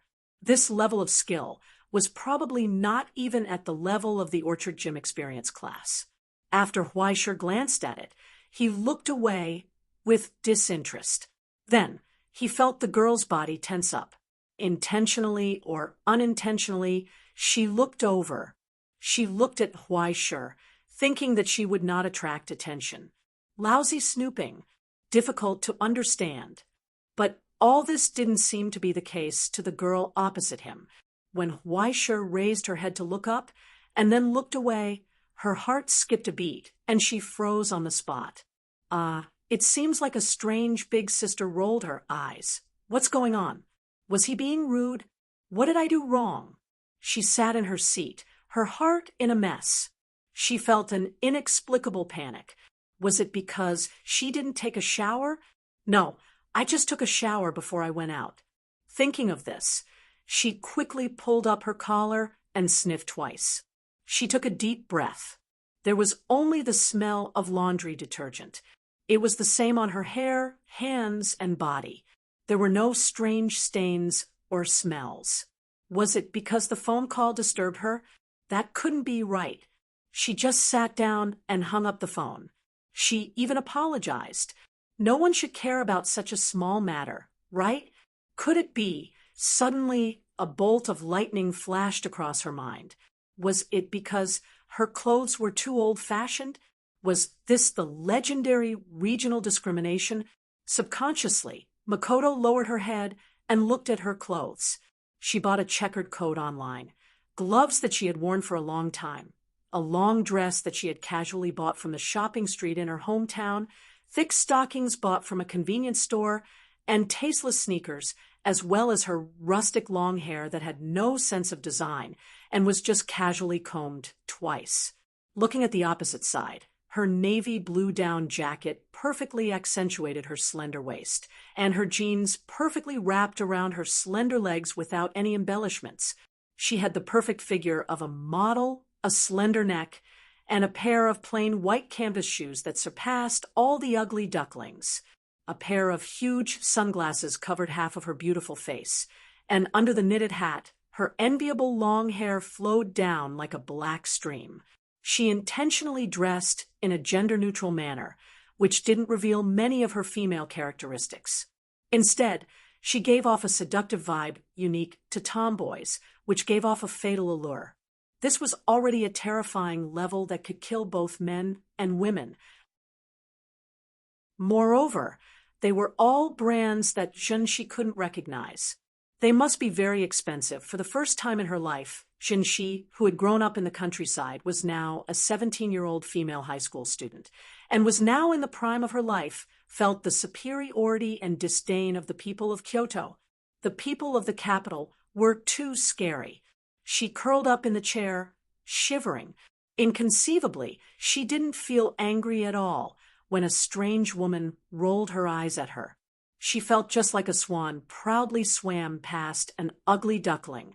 She didn't feel angry or resentful at all.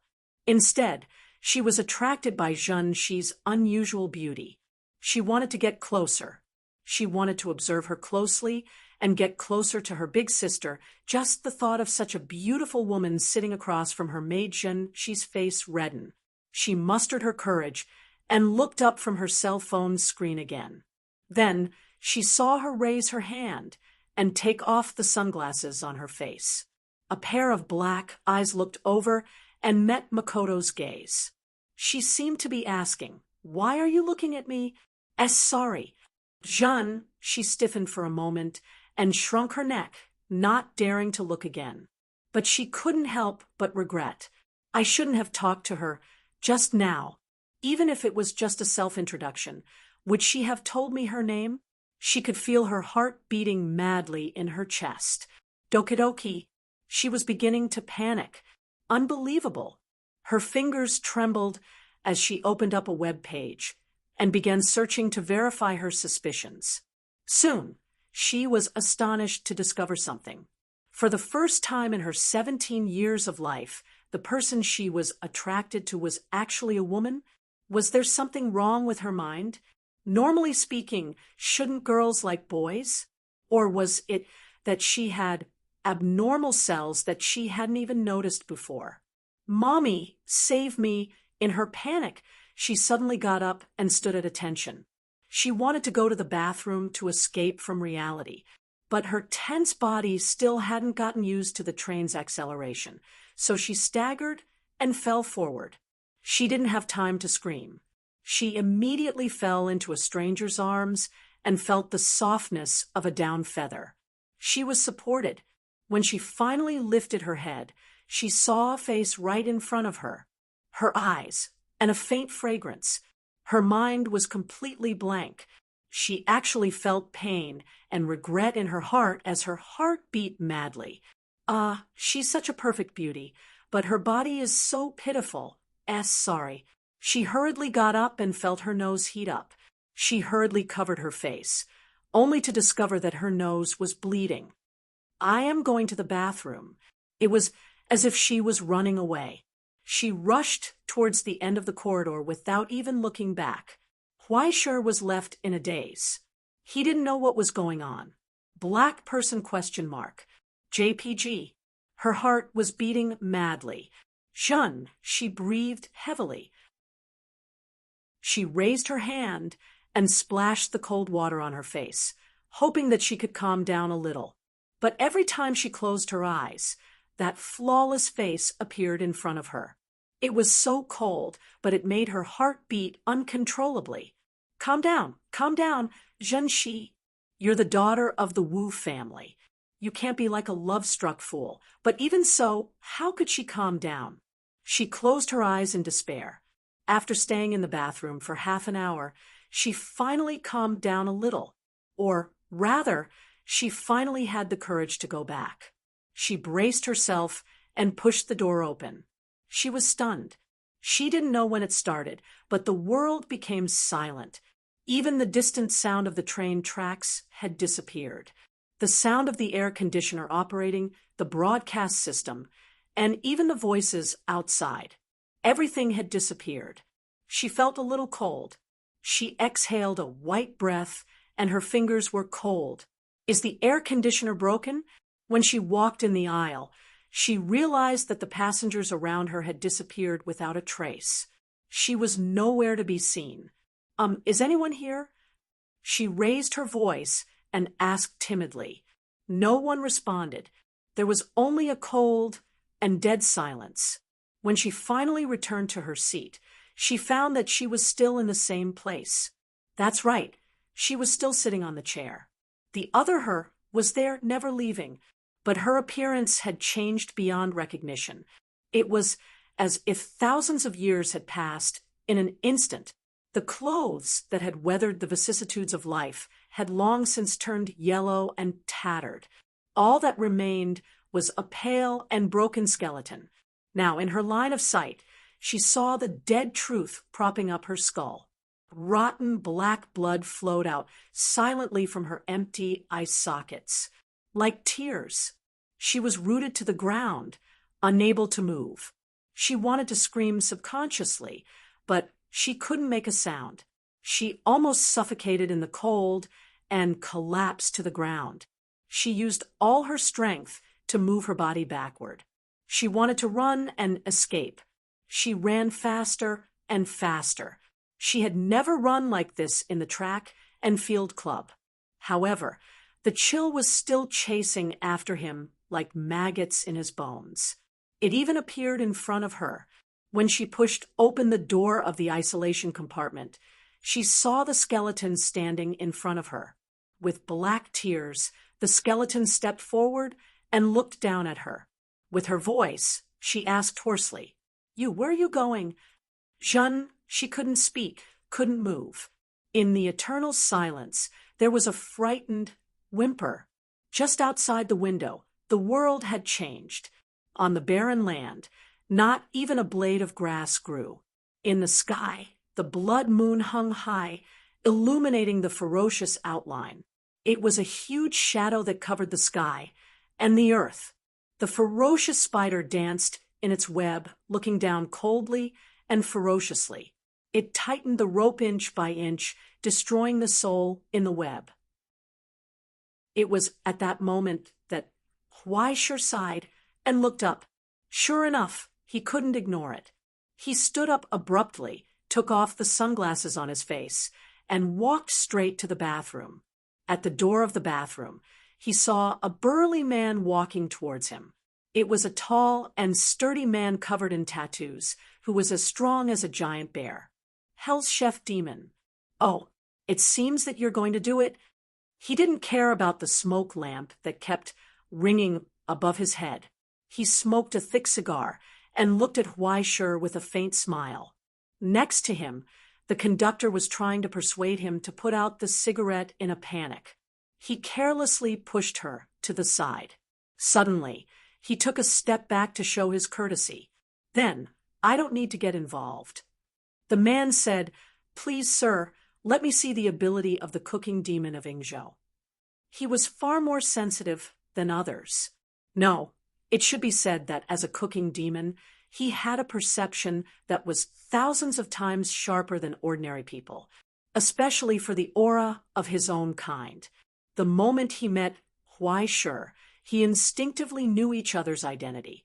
Huaishir didn't bother to correct the mistake in his words. He raised his hand and pressed on the door of the bathroom. There was a soft creak. The door opened. The force of the drummer's hand was activated in an instant, and the internal structure of the door lock was crushed into dust. The conductor, who had just got up, was stunned. "Wait, what are you doing? Hey, don't get in the way." The burly, tattooed cooking demon pressed one hand on his shoulder and held him down, not allowing him to interfere. Chapter 618. The bear-like, burly cooking demon lowered his head and looked at the door lock that Huaishir had broken. His eyes were sparkling. "Nice technique. What kind of shelling technique is this? It's rare for the shell to be broken so evenly. Do you have time to talk?" Huaishir rolled his eyes and walked into the washroom. He saw the girl who had fainted on the ground. Her consciousness was no longer here. She had sunk into a man-made nightmare. He could foresee that if the origin substance continued to evaporate at this rate, she would soon die of brain death. The cracking sound on the roof seemed to be getting more and more impatient. It was filled with displeasure at the sudden intruder. An invisible lead appeared in front of Huaishir. It was like a thin spider's web. One end was connected to the girl in front of him, while the other end extended upwards into the meticulously created nightmare. Huaishir reached out and pinched the lead. "Once you cut it off, the little girl will really die." The burly cooking demon watched the show and kindly reminded Huaishir. However, Huaishir did not respond at all. He touched his nose awkwardly and shook his head. "So cold. Are all the women in Ingzhou like this? He looked at the train attendant who was caught. The train attendant was struggling. When he saw the unconscious girl, he wanted to scream and ask for help. Don't spoil the fun, friend. The cooking demon pinched his shoulder lightly with 2 fingers. With a slight force, the nerves of the train attendant were paralyzed, and he could no longer move. If there was another cut, it would be the humane way of handling ingredients. There would be no pain at all. However, such an inferior ingredient would not have any taste, right? He retracted his gaze and looked at the washroom. However, it was a pity that in the short moment he looked, everything had already ended. When Weisher reached out and pinched the lead, the ending was already decided. At that moment, in the deepest nightmare, Zhanxi, who was being embraced by death inch by inch, suddenly twitched. In the midst of her dizziness, she heard a sharp explosion. It was like the sound of the sky breaking. The dark sky was torn apart by some kind of violent power, revealing the boundless light of the dream realm and a pair of cold eyes looking down from the sky. A dark storm swept across, and a violent tide fell from the sky. Just like in the legends, after the sky was broken, the water of the 4 seas fell from the sky. It was a frenzied tide of darkness. However, when the tide dispersed, black metal wings spread out in the sky. Countless scarlet eyes looked down and let out sharp and frenzied cries. Full of hunger, it rushed towards the panicked giant spider. The crow tide that had awakened in the cage of dreams swept out and instantly engulfed the gigantic shadow that covered the sky and the earth. In this illogical nightmare, big and small, far and near, strong and weak were all illogical. All logic was based on the consciousness of both parties. It was rooted in Maki's fear and the creation of the earth spider. This was how it should be. However, this excessively powerful external force had turned everything upside down in an instant. All common sense and rules were torn apart without any reason. What replaced it was a huge greed that even nightmares could not bear, endless hunger, and hatred. The time for the hunt had begun. The giant spider shadow was shattered in an instant. A scream came from the top of the car. At that moment, Maki opened her eyes and saw the figure standing in front of her. She could not believe it. What happened to me? She was still immersed in the nightmare. She trembled and could not believe what she saw. Weisher bent down, reached out, and pulled her up from the ground. His other hand was typing on the phone, telling her, "It's just a nightmare. Drink more warm water." Maki was confused. She could not understand, but she could not resist Weisher's actions. She was pulled up and sent back to her seat. Isn't it not over yet? Behind them, the cooking demon, who had not had a feast for the eyes, suddenly spoke. "There's still work to be done, madam. It's not good to get off work when the ingredients are half processed." As he spoke, he raised his eyes and glanced above his head. Through the roof of the car, they could vaguely hear wails and screams. Someone was running for his life, staggering and running away. Weisher waved his hand indifferently. He did not care at all. If anything, as soon as he woke up from the nightmare, everything was over. On the top of the car, the monk covered in a long robe was coughing violently. He vomited blood, with sticky blood clots. He could not believe it. The nightmare that he had been creating for years was shattered just like that. The hundreds of variations and meticulously designed traps were not used at all, and they were easily burned to ashes from the outside. Just like that, a great fear descended upon his consciousness, causing him to grit his teeth, urge his exhausted body, and stagger as he ran. Soon, his escape came to an abrupt stop. He froze on the spot, because under the dim moonlight, a fleeting shadow slowly rose from the top of the car. It was shrouded in a bottomless darkness. He could not even see its face or silhouette. He could only see a pair of cold eyes without any warmth. Young Master Ming's shadow looked down at him coldly. Then she understood. Earth spider? Indeed, it's a waste to let such a good material go. Since you've delivered yourself to me, then I won't be polite. In the hands of the ferocious shadow, countless crow feathers appeared, overlapping into a sharp outline and aimed at his dull face. I forgot to tell you, Huaisher said softly. You didn't put salt in your dream. The light of resentment flashed. Immediately, the screams of the stigmata earth spider were extinguished in the eternal darkness, devoured by the crows buried in the sanctuary. Only a headless corpse fell to the sky, together with the head. It rolled down the carriage and fell into the weeds on both sides. And just in front of the train, the light of the city lit up. Nara had arrived. 20 minutes later, outside Nara Station, in a 24-hour express restaurant, the girl sitting opposite Huaisher widened her eyes and asked curiously, Miss Huaisher, are you hungry? I'm not hungry. Then, Miss Huaisher, are you thirsty? I'm not thirsty. At least eat something. Although I don't have much pocket money, I can still treat my savior to a meal. Jeanne, she blinked her big eyes expectantly. Besides, I still have a lot of things to ask Miss Huaisher. Huaisher sighed, couldn't help but roll his eyes, and raised the phone screen. You're very annoying. Hee, Mom sometimes says that too. Not caring about Huaisher's indifference, Jeanne, she didn't hesitate this time. On the contrary, staying by her side was full of an indescribable sense of security. She felt that she was not afraid of anything. Also, that nightmare, what's going on? Is someone really here to kill me? Miss Huaisher, how did you do it? You saved me so easily. Huaisher began to regret her actions. Just where did she get such a curious baby? Isn't that person here to kill you? You should know it yourself, right? The other party should be a resentful monk of Mount Koya. Who did you offend? To be honest, I didn't expect this.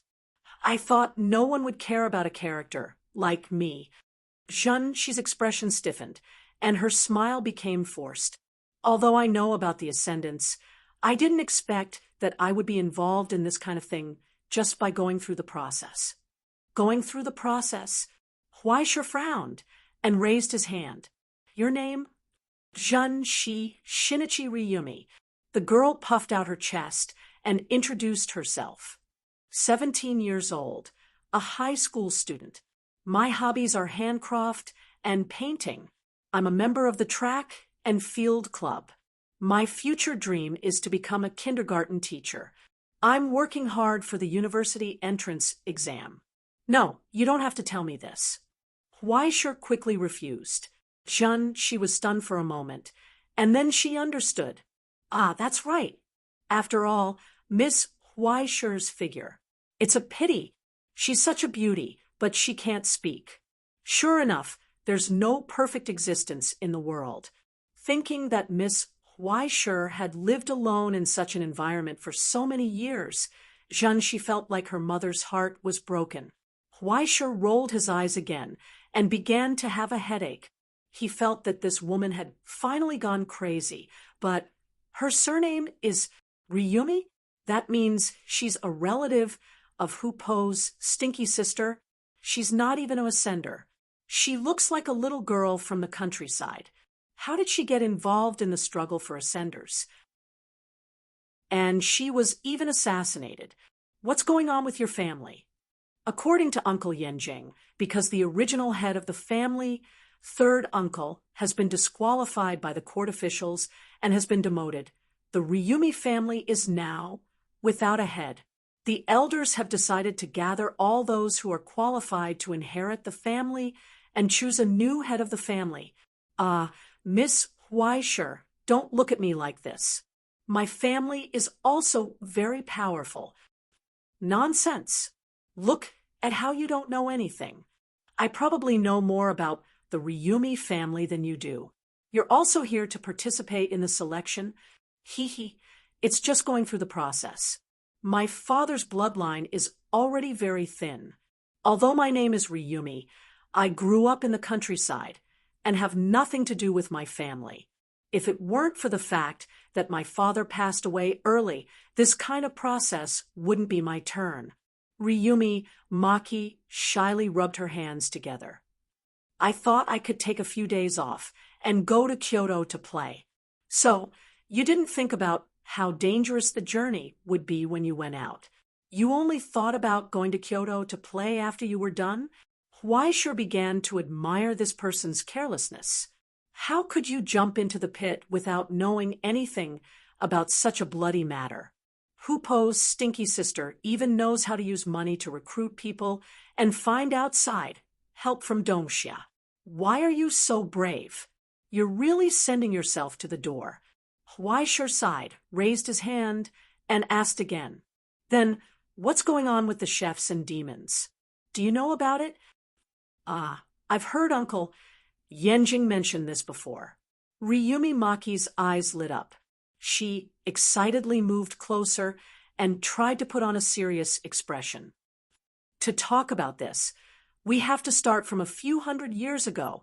It was like the narration of a day drama. The girl said in a sonorous voice, "It is said that during the Edo period, in order to compete for the position of the general's imperial chef, the chefs used all kinds of methods to fight for it. It was about to set off a bloody storm, but at this time, the general who heard about it finally spoke. She tried her best to imitate the majesty of a general in an old man's voice. Let's fight fair and square." And so, in that instant, violence was given the rule. With her hands on her hips, Shinichi solemnly declared, "This is the trial of the Imperial Kitchen Demon." Chapter 619. Silence. It was a long silence. Huaisheng's face twitched. He raised his phone and asked, "I think I understand a little, but did you steal the settings of some manga?" Shinichi looked away guiltily. "It's easier to understand. Anyway, that's about it." Huaisheng thought for a moment and raised his phone again. "Are you crazy?" No. Shinichi sounded even more guilty this time. In short, it's said that in order to avoid a repeat of the bloodshed between the Wu family and the Gong family decades ago, His Majesty has once again issued an order of mercy on living creatures. All officials are not allowed to kill. If not for this, they wouldn't dare to go out. Shinichi's expression suddenly became gloomy. "But I didn't expect that I would still be targeted. It would be strange if I wasn't targeted, right? Even if the conflict between the officials was restricted and the proxy war was used to determine the winner, it only prevented large-scale conflicts on the surface. All conflicts would be hidden in the dark. They would be solved in a crueler and colder way. At the same time, as long as they were not discovered, many people would start to act more crazily now that the position of the head of the Ryujian family was vacant. Many people were staring at it. To be able to survive all the way to the capital and come to Nara on the Shinkansen line before encountering an assassin was already a great stroke of luck. But when he thought about the proxy war between the chef and the demon, Huaisheng was shocked to find that he had become a tool again.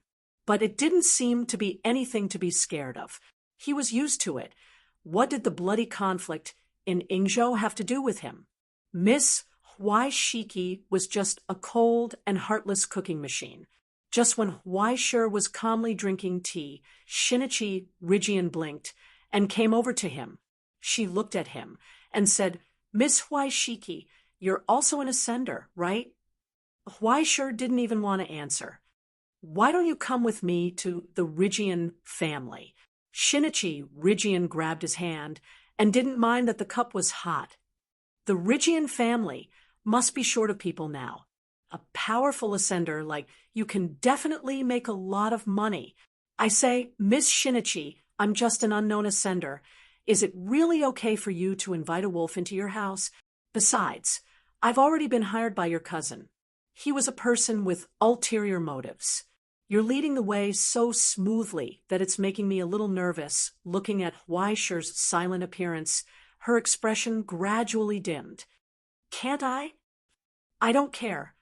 Weischer sighed and raised his phone to tell her. In any case, they would have to deal with each other in the future. He might as well go in and take a look at the situation.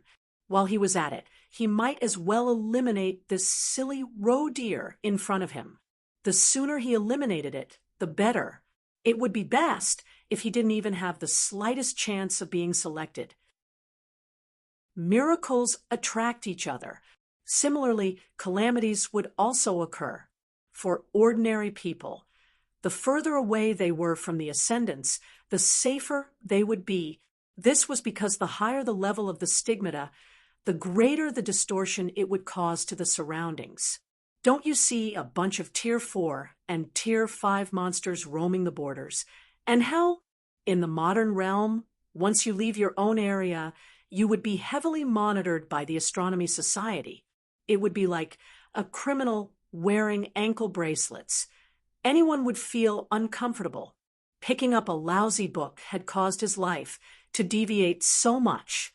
As an ordinary person, the deeper Rikumi Maki entered the world of the ascendants, the more unfortunate her fate would be. She didn't even have a soul, so she might inexplicably go crazy when she saw something. The sooner she left the group, the sooner she would be safe. A certain someone who had already turned into a traitor before nodding his head made up his mind. Ah, that's great. Not knowing what Weischer was planning, Rikumi Maki jumped up excitedly, almost dancing with joy. Occasionally, she would look at the big sister next to her, unable to hide the joy in her heart. Great, I can spend some time with Miss Kaisher again. Maki, come on, fight. First, set a small goal. Get Miss Kaishi's contact information. Let's become good friends. In short, mother far away in my hometown, please bless me. I seem to have fallen in love with a woman. The happy time alone didn't last long. Soon, the silent street was illuminated by car lights. The drowsy waiter woke up, looked at the lights outside the window, and was stunned. The dozen or so expensive luxury cars were parked in front of the fast food restaurant. From the middle of the limousine, a solemn and cold figure walked out. Looking straight ahead, he walked into the restaurant and slowly looked around. The chill spread. The waiter stiffened, gathered his courage, and asked with a trembling voice, customer, do you need anything? The person didn't respond. His eyes fell on the corner of the restaurant, the girl who was chattering to the indifferent traveling companion. At the same time, the indifferent traveling companion finally raised his face and looked over. Even with the person's composure, he couldn't help but be stunned in front of that face for a moment. At the same time, what appeared was not admiration of beauty, but deep fear. And Weischer was also looking at him. There was a black eye patch over his left eye. The middle-aged man was wearing a long robe from Ingzhou, which was not suitable for the current era. He didn't have a sword, and he was barehanded, but the hands exposed from the sleeves were covered with scars and calluses. It made people think of a sharp and heavy weapon. His expression was cold, but Jeanne, she seemed to be unaware of this. She rushed forward with great trust and hugged the man's arm. Uncle Yanjing, you came to pick me up? You've had a hard journey, Miss Shen, Yanjing's mouth slightly raised a smile, and finally there was an expression. But soon he walked to Weischer. I'm Yanjing from Jiao Village. Yanjing from Jiao Village. The middle-aged man bowed and thanked him seriously. I've heard the details. Thank you for saving Miss Zhanxi. It seemed that in just a few minutes, he figured out what happened. He invited, It's late now. If you don't mind, please rest in my house for a night. That way, we can express our gratitude. Weischer nodded and got up. When they brushed past each other, he raised his eyebrows slightly. There was a bloody smell on this man, the smell of fresh death. Although the Rygian family's territory was in the Kotoyama area, it didn't extend to today's Nara. But in the center of this area where the noble families gathered, there were still many industries. The convoy drove all the way out and took them directly to a Ingzhou-style manor outside the city to settle down. Along the way, she shouted like a village girl and even took photos with her mobile phone. She couldn't hide the smell of the countryside at all. Even the servants next to her couldn't help but snicker. On the contrary, when facing Miss Huaishur, they felt a headache and trembled with fear. It was probably because she seemed to be expressionless all the time. She was never surprised by everything in front of her, nor did she have any admiration, let alone envy. Even when looking at the landscape of the courtyard that was designed and maintained by the famous chef, and when the famous chef served dinner, she didn't show any emotion. On the contrary, she was emitting a kind of pressure all the time. There was a faint trace of disappointment in his voice. "That's it. Brother, are you kidding me?" Yanjing Jiaoshan accompanied her the whole time and secretly observed her, but found that this coldness was not fake at all. On the contrary, when dinner was over, he called the musician who was performing in the hall and wanted to hear the old man's impression of her, but he heard an unexpected answer from the other party. "That lady should be a noble with a high status, right?" The old musician thought for a moment and answered seriously, "With so many years of experience serving guests, I can't help but feel afraid. Even when I played for the emperor's emissaries and the noble officials, I didn't feel such pressure." Yanjing Jiaoshan was silent. After a long time, he nodded and waved his hand to signal him to leave. Then he got up and walked to the small building at the back of the manor. After passing through many verifications, the final paper door opened in front of him. Behind the door, the room was dimly lit, illuminating the retainers sitting around the long table. Sitting at the head of the table was the retainer, Inu Jiang, who was now fully in charge of the affairs of the Rygian family. When he saw Yanjing Jiaoshan enter, he waved his hand and motioned for him to sit. "Sorry for making you wait. I'm late." Yanjing Jiaoshan sat down and said, "I just brought Miss Shenxi back. Something happened." Qingping's daughter, Yanjing Jiaoshan nodded. "Is the problem serious?" Inu Jiang frowned.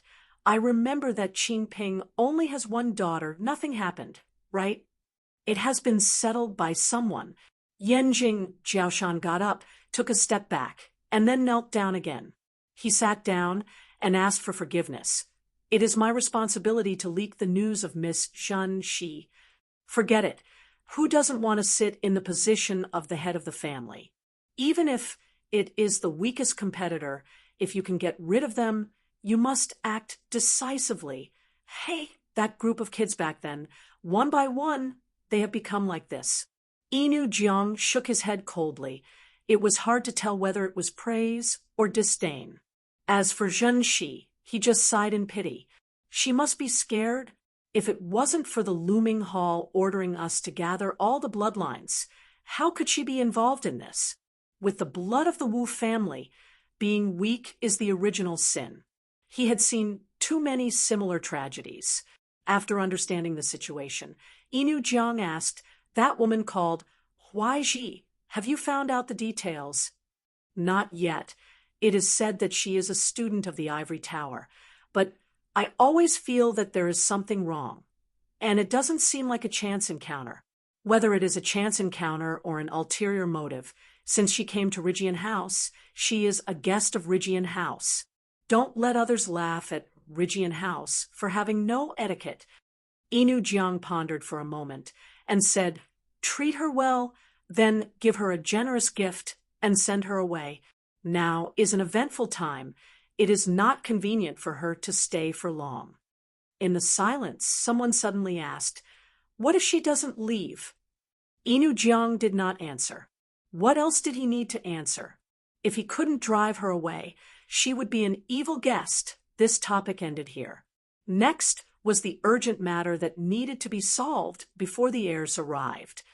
Jiaoshan, how is the investigation of the murderous demon? Chapter 6:20. Since half a month ago, there had been a series of murders in Nara City. Every night, a decapitated corpse would appear on the streets. For half a month, there was not a single day of interruption. There were rich traces of origin substance left at the scene. Without a doubt, it was done by an ascendant. Including today, 16 people's heads had been chopped off. The identities of the dead were irregular. There were ordinary office workers, ascendants, and even an attendant of a minister, but the ending was undoubtedly the same. Their necks were cut off by the same mistake. They gave death cleanly, and then turned around and left without any reluctance, not leaving any clues for the pursuers. They mysteriously melted into the night. Only a tragic scene, and full of ridicule, was left. Horn Mountain lowered his head in shame. I'm incompetent. I'm a step late again. He was so close to catching that guy's tracks. Continue to investigate, Inu Jiang said. Now that such a big mess has happened in the city before the start of the Imperial Chef Demon Duel, I'm afraid that the looming hall will use this as a pretext to make a fuss and say that we have failed in our duty. A disdainful sneer came from below. Wasn't this sent by them? Inu Jiang raised his eyes and looked over. Jiu Lang, am I wrong, Mr. Inu Jiang? The young man whispered angrily. They single-handedly forced the death of the uncle who begged for his life for the Riken family back then. And now they're hypocritically accusing us of failing in our duty? They want to accuse us. Jiu Lang. Inu Jiang raised his voice and raised his old eyes. He warned word by word. This is not something you can interrupt. The young man stubbornly raised his head and asked, Am I not a warrior of the Riken family? If it was 200 years ago, a warrior of the Riken family would have been ordered to commit seppuku if he dared to say such ungrateful words here. Inu Jiang coldly retorted, You're not the master yet. Wait until you sit in that position, then think about how to give orders to us old men. Now, before I get angry, go back to your room. This is not a place for you to behave atrociously. Jiu Lang's face flushed red. Soon, he lowered his head and left. The door closed. Beside Quan Jiang, the old warrior sighed. Jiu Lang died in grief. He was still young and had no intention of offending you. Who doesn't know? Quan Jiang shook his head and sighed. Otherwise, if it was someone with ulterior motives, I would have cut off his head in front of all of you. Jiu Lang, Lijian Jingjiang, was the nephew of the previous generation's Lijian Buer. Rijian Fuji didn't have any children of his own. Since Jiu Lang was young, Rijian Fuji treated him as his own child. And after the previous generation's master was demoted and died of shame, the one who suffered the most was undoubtedly him. Now that the young people had said such rude words, the old people could understand, but they couldn't indulge them. Driving him away was already the greatest protection he could offer. The meeting must continue. After settling the remaining trivial matters, Quan Jiang tiredly raised his hand to rub the bridge of his nose. He closed his eyes and sighed. Picking up a towel, he casually wiped his face and forced himself to stay alert. He was already old, 164 years old. He had almost witnessed the recent history of the Rijian family. From an unknown warrior, he gradually became Quan Jiang, who inherited the name of the 8 dogs of Rijian. It could be said that in addition to being the master, this old man was the real backbone of the Rijian family. And Quan Jiang had always been trusted by the previous masters because of his restraint of power and loyalty to the family. The generations that grew up after experiencing the age of turmoil, no matter how ambitious they were, understood how important the existence of the family was. Only by being closely united and seeking survival together could they survive in the increasingly dangerous situation.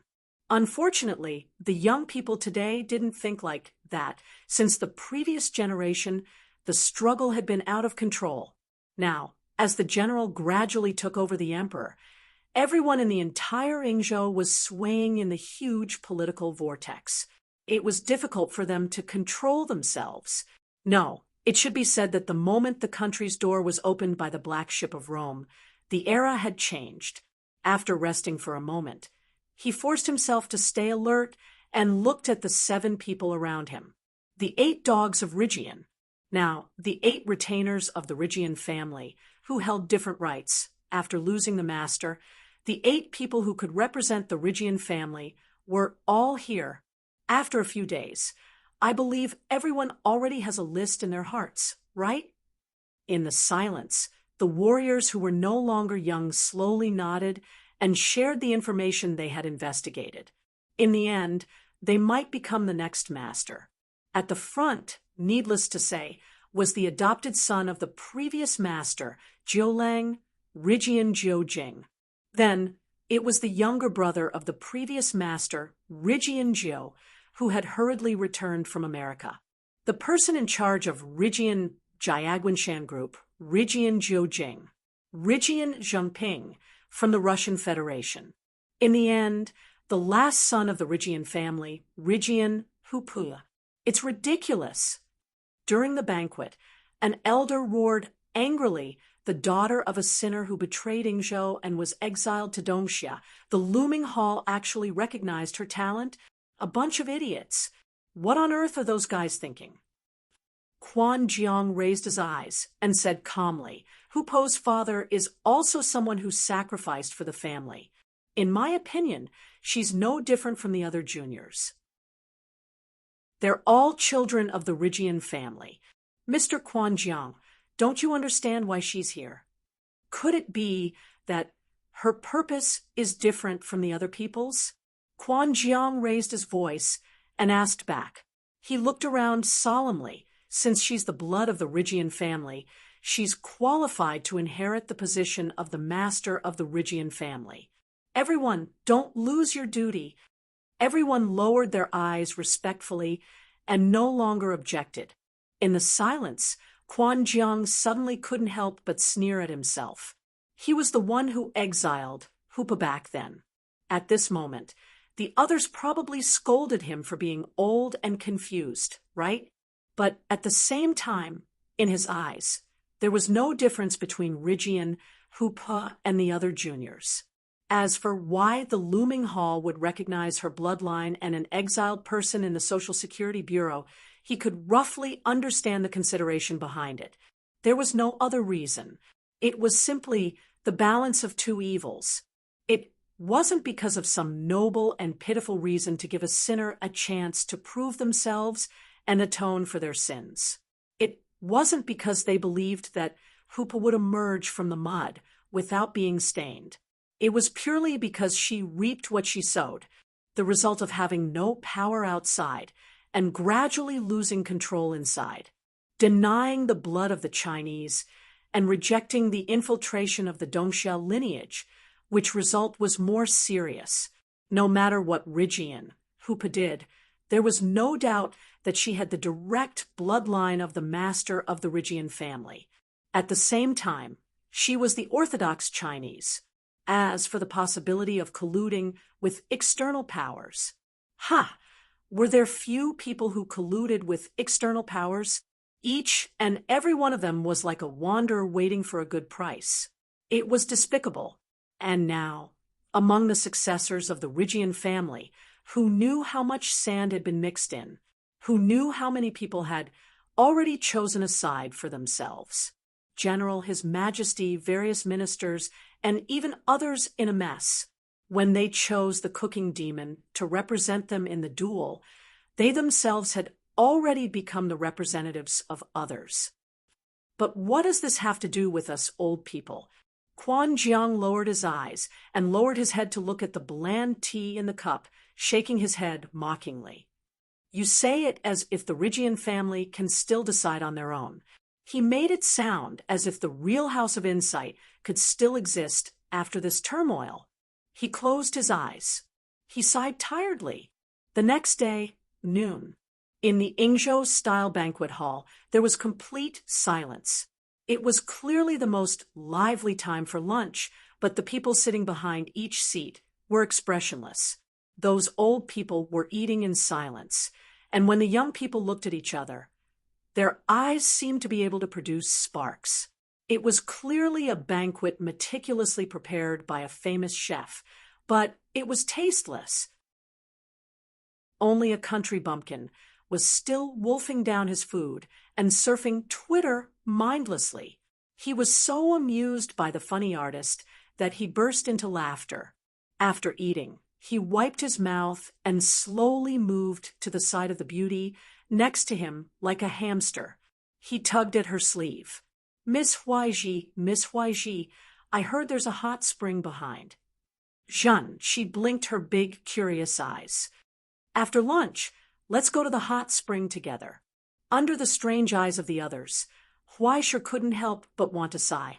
Miss Jeanne, she is Ning as stupid as the Rigian family? No, why can't you learn to read the air that you Ingzhou people are so proud of? Let me take a good look at the atmosphere. Hot spring? If I were a competitor, I would have used up all the hot spring water and replaced it with sulfuric acid. Although he was complaining about Zhenshi's carelessness in his heart, he still maintained a dignified look on the surface. He ate his meal slowly, his posture was elegant, and his movements were graceful. No matter how harsh the standard was to judge, it was impossible to find any flaw in that pleasing posture. Today's Miss Huaiji was still perfect.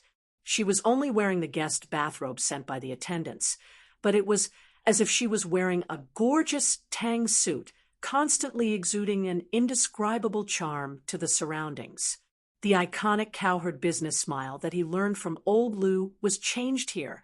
The green was better than the master, forming a smile that made it difficult for people to look away, especially when he looked at the end of the table at a certain stinky sister that he hadn't seen for a long time. It made him even happier. Thinking up to this point, he secretly took out his phone and sent an email over with a wicked sense of humor. Dear Hupa, I'm here. In the crowd, under the cold, hostile gazes of many blood relatives, Hupa was still eating calmly when he noticed the vibration of his phone on the table. He looked down. Then his eyeballs almost fell out. The hand that was holding the rice trembled. Where the hell are you? You're home. Your bed is so big and comfortable. Hupa felt like he was upside down. He couldn't understand what was happening at all. What kind of stupid thing was this guy saying? Am I behind the times? What kind of joke is this? Are you going to stop being a cowherd and talk about Luoyu? No, this is the truth. I arrived 3 days early, and then your family invited me over. They treated me well with good food and drinks, warm and hospitable, much better than the cold treatment of a poor little girl. Are you jealous? Are you King kidding me? She typed a greeting without hesitation, but before she could finish, she froze for a moment and realized that something was wrong. The atmosphere around them changed. Just as she and Huaisher were focused on connecting the lines, the gazes around them gradually became strange. Astonishment, confusion, shock, confusion, and greed. No, they weren't looking at her, but behind her, she frowned and finally heard a soft breathing behind her. She turned around abruptly and saw a face that was inches away. A pair of big, watery eyes, flirtatious and pure, like a white lotus that bloomed in green tea. Wearing a green bathrobe, the woman who had arrived at some point in time knelt behind Hupa. Her long hair was tied into a ponytail that fell over her left shoulder. She raised her hand and tucked her hair behind her ear. Her smile was gentle, but for Hupa, the horror came suddenly, accompanied by the horror of the past and the memories of despair that rose in her heart. She was so frightened that she almost jumped on the spot, wanting to draw her sword. Luo Xian.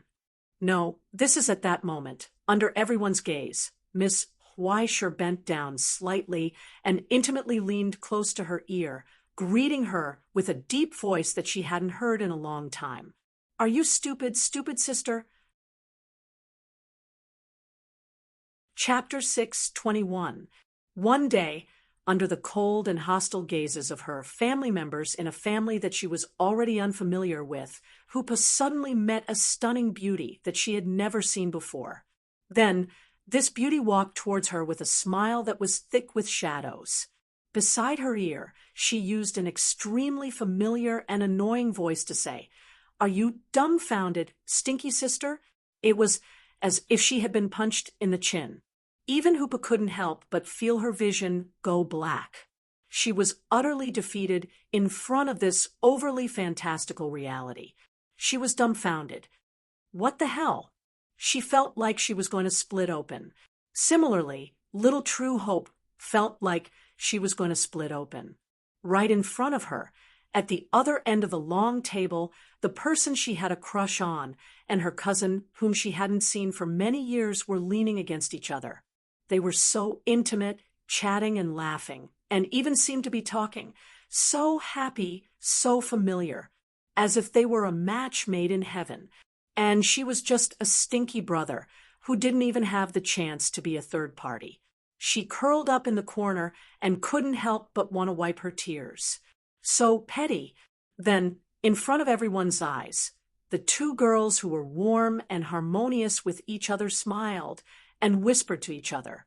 They could no longer hide each other's evil natures. "Stinky brother, you've done it. You've finally gone to Thailand. Crawl, this is called killing both men and women." Huaisher lowered his face and whispered in her ear, "Stinky sister, are you jealous?" There was a soft smack. Under the table, under the sleeves of the bathrobe, two palms had already collided. The 5 fingers were separated, the fingertips were intertwined, and the palms were pressed together. Under the seemingly intimate posture, the muscles under the bathrobe were flowing like water. In the silence, bursts of increasingly strong power erupted, like arm wrestling, tightly clenched together. In the silence, thunder clashed. It was as if she couldn't wait to crush the other person to death here. Out of Huaisher's expectations, his palm was actually blocked. It was as if she had a thorough understanding of all his skills and understood all the changes in his movements. In close proximity, Hoopa's beautiful face was filled with a mocking smile. "Drummer, don't forget that I entered the orchard earlier than you. Little brother," smack. Before she finished speaking, her shoulders suddenly shook and her joints rubbed against each other. An enormous power erupted in an instant, destroying her control and counterattack.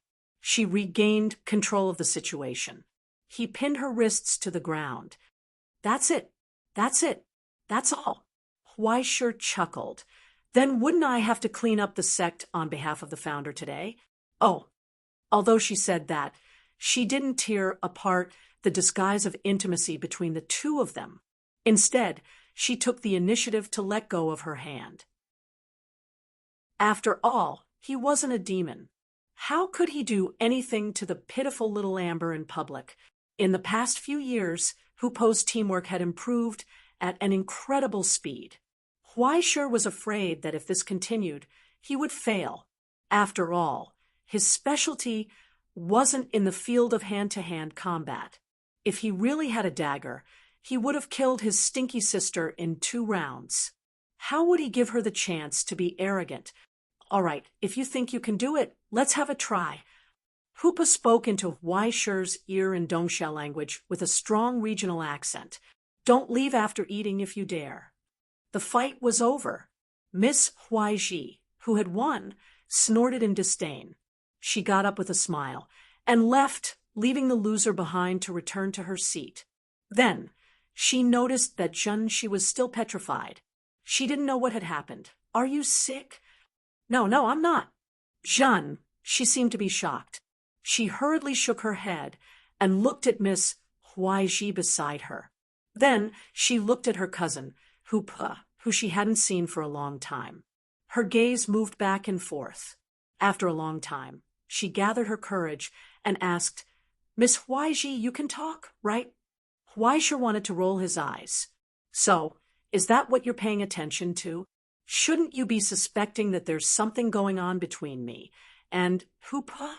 Shouldn't you feel that you no longer trust me? How can I only talk? I can also sing, dance, play the piano, and play the cello. None of those are things that you can handle." He thought for a moment and replied on his phone, "If I say something to you, you might not be able to handle it." Jeanne, she was confused. It was hard to understand. She didn't understand why she wouldn't be able to handle it. But when she remembered that Miss Huaiji was a sublimator, and she seemed to be one of the stronger sublimators, she suddenly seemed to understand. "I understand now. Could this be the silent meditation that her father once talked about? Through the cultivation of not listening, not seeing, not speaking, and not moving, what kind of secret method could one achieve? Just by speaking to a normal person, that person's worldview would shatter, their soul would be impacted, and they would spit out blood and die? That sounds amazing." She gave a thumbs up and praised in admiration, as expected of Miss Huaiji. Huaisha was speechless. Although he didn't know what she understood, he decided to let her be. After thinking for a while, he wrote on his phone again, "Also, I have something to do in the afternoon, so I won't be going to the hot springs." Jeanne, she was stunned for a moment. Her originally expectant expression dimmed. If it was Huaisha, he would say, "Don't write everything on your face. Your expression is too easy to understand." He sighed and continued writing, "Don't just think about having fun. Come with me. And, okay, I'm always free." In an instant, Jeanne's spirit was lifted. Her eyes lit up, and she nodded vigorously. There seemed to be an invisible little tail wagging crazily behind her back. What's wrong with this woman? Huaisha sighed. He suddenly felt a headache coming on. Why is it that the people who meet here are all so strange? In the afternoon, in the manor's overly spacious courtyard, Huaisha finally found an opportunity to officially meet his employer under the shade of a tree. Although the two of them still exchanged a few words, as usual, the topic eventually came back to work. "But why did you bring her along?" Hupo's expression was indescribable as he looked behind Huaisha in the distance. In the corner of the courtyard, there was a little girl who was excitedly squatting in front of the fish pond and playing with goldfish. "We'll talk about her later. Let's talk about you first." Huaisha sighed. The cage of dreams in his hand shook a little. Wisps of faint mist spread out and set up a layer of the simplest illusion to slightly conceal the environment inside.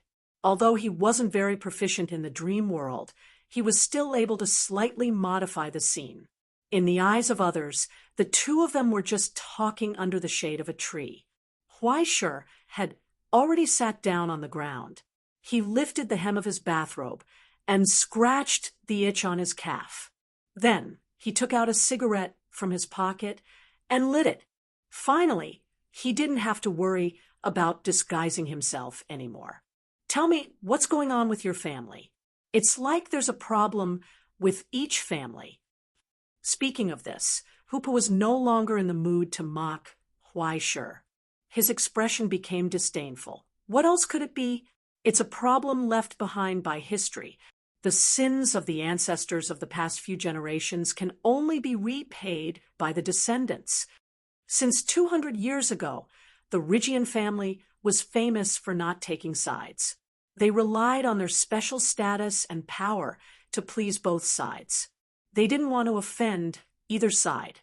When others were fighting until their heads bled, they would just watch from the side. However, in the eyes of both sides, the bastards of the Rygian family were traitors who repeatedly jumped between the Wu family and the Gong family. They saw it and hated it in their hearts. They wrote it down on paper and made a list long ago, a few decades ago, when the Rygian family began to repeatedly jump between the two sides again. They found that they jumped in the wrong place this time. The general who was exiled from America didn't care what the Rygian family was. Traitors had to die in order to protect the family. The head of the previous generation had no choice but to offer his head as an apology. And now, the head of the previous generation was hated by the emperor because he was close to the general. The life of the Rygian family was too bumpy and complicated. Due to various reasons, they had fallen to their current state.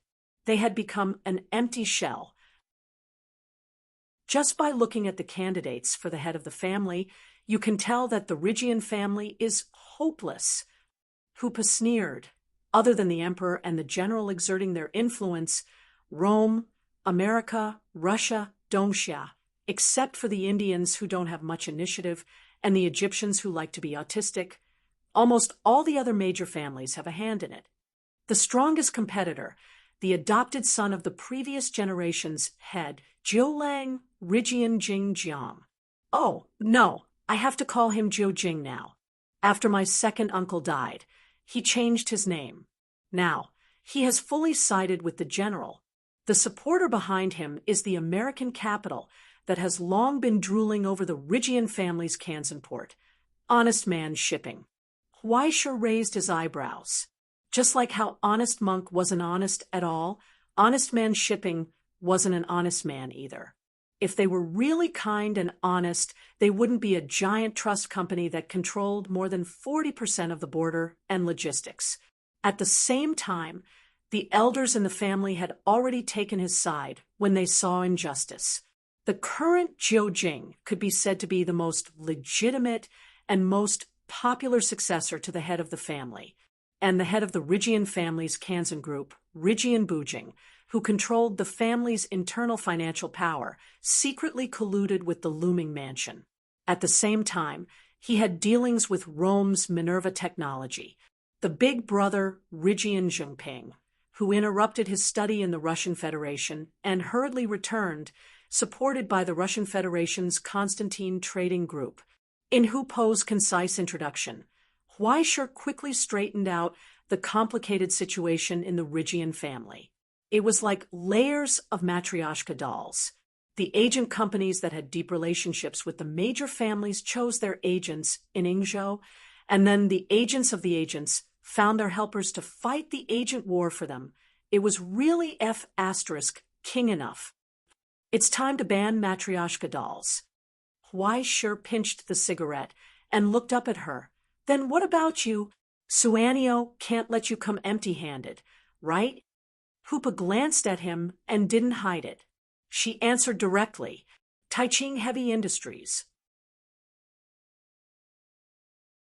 Chapter 622.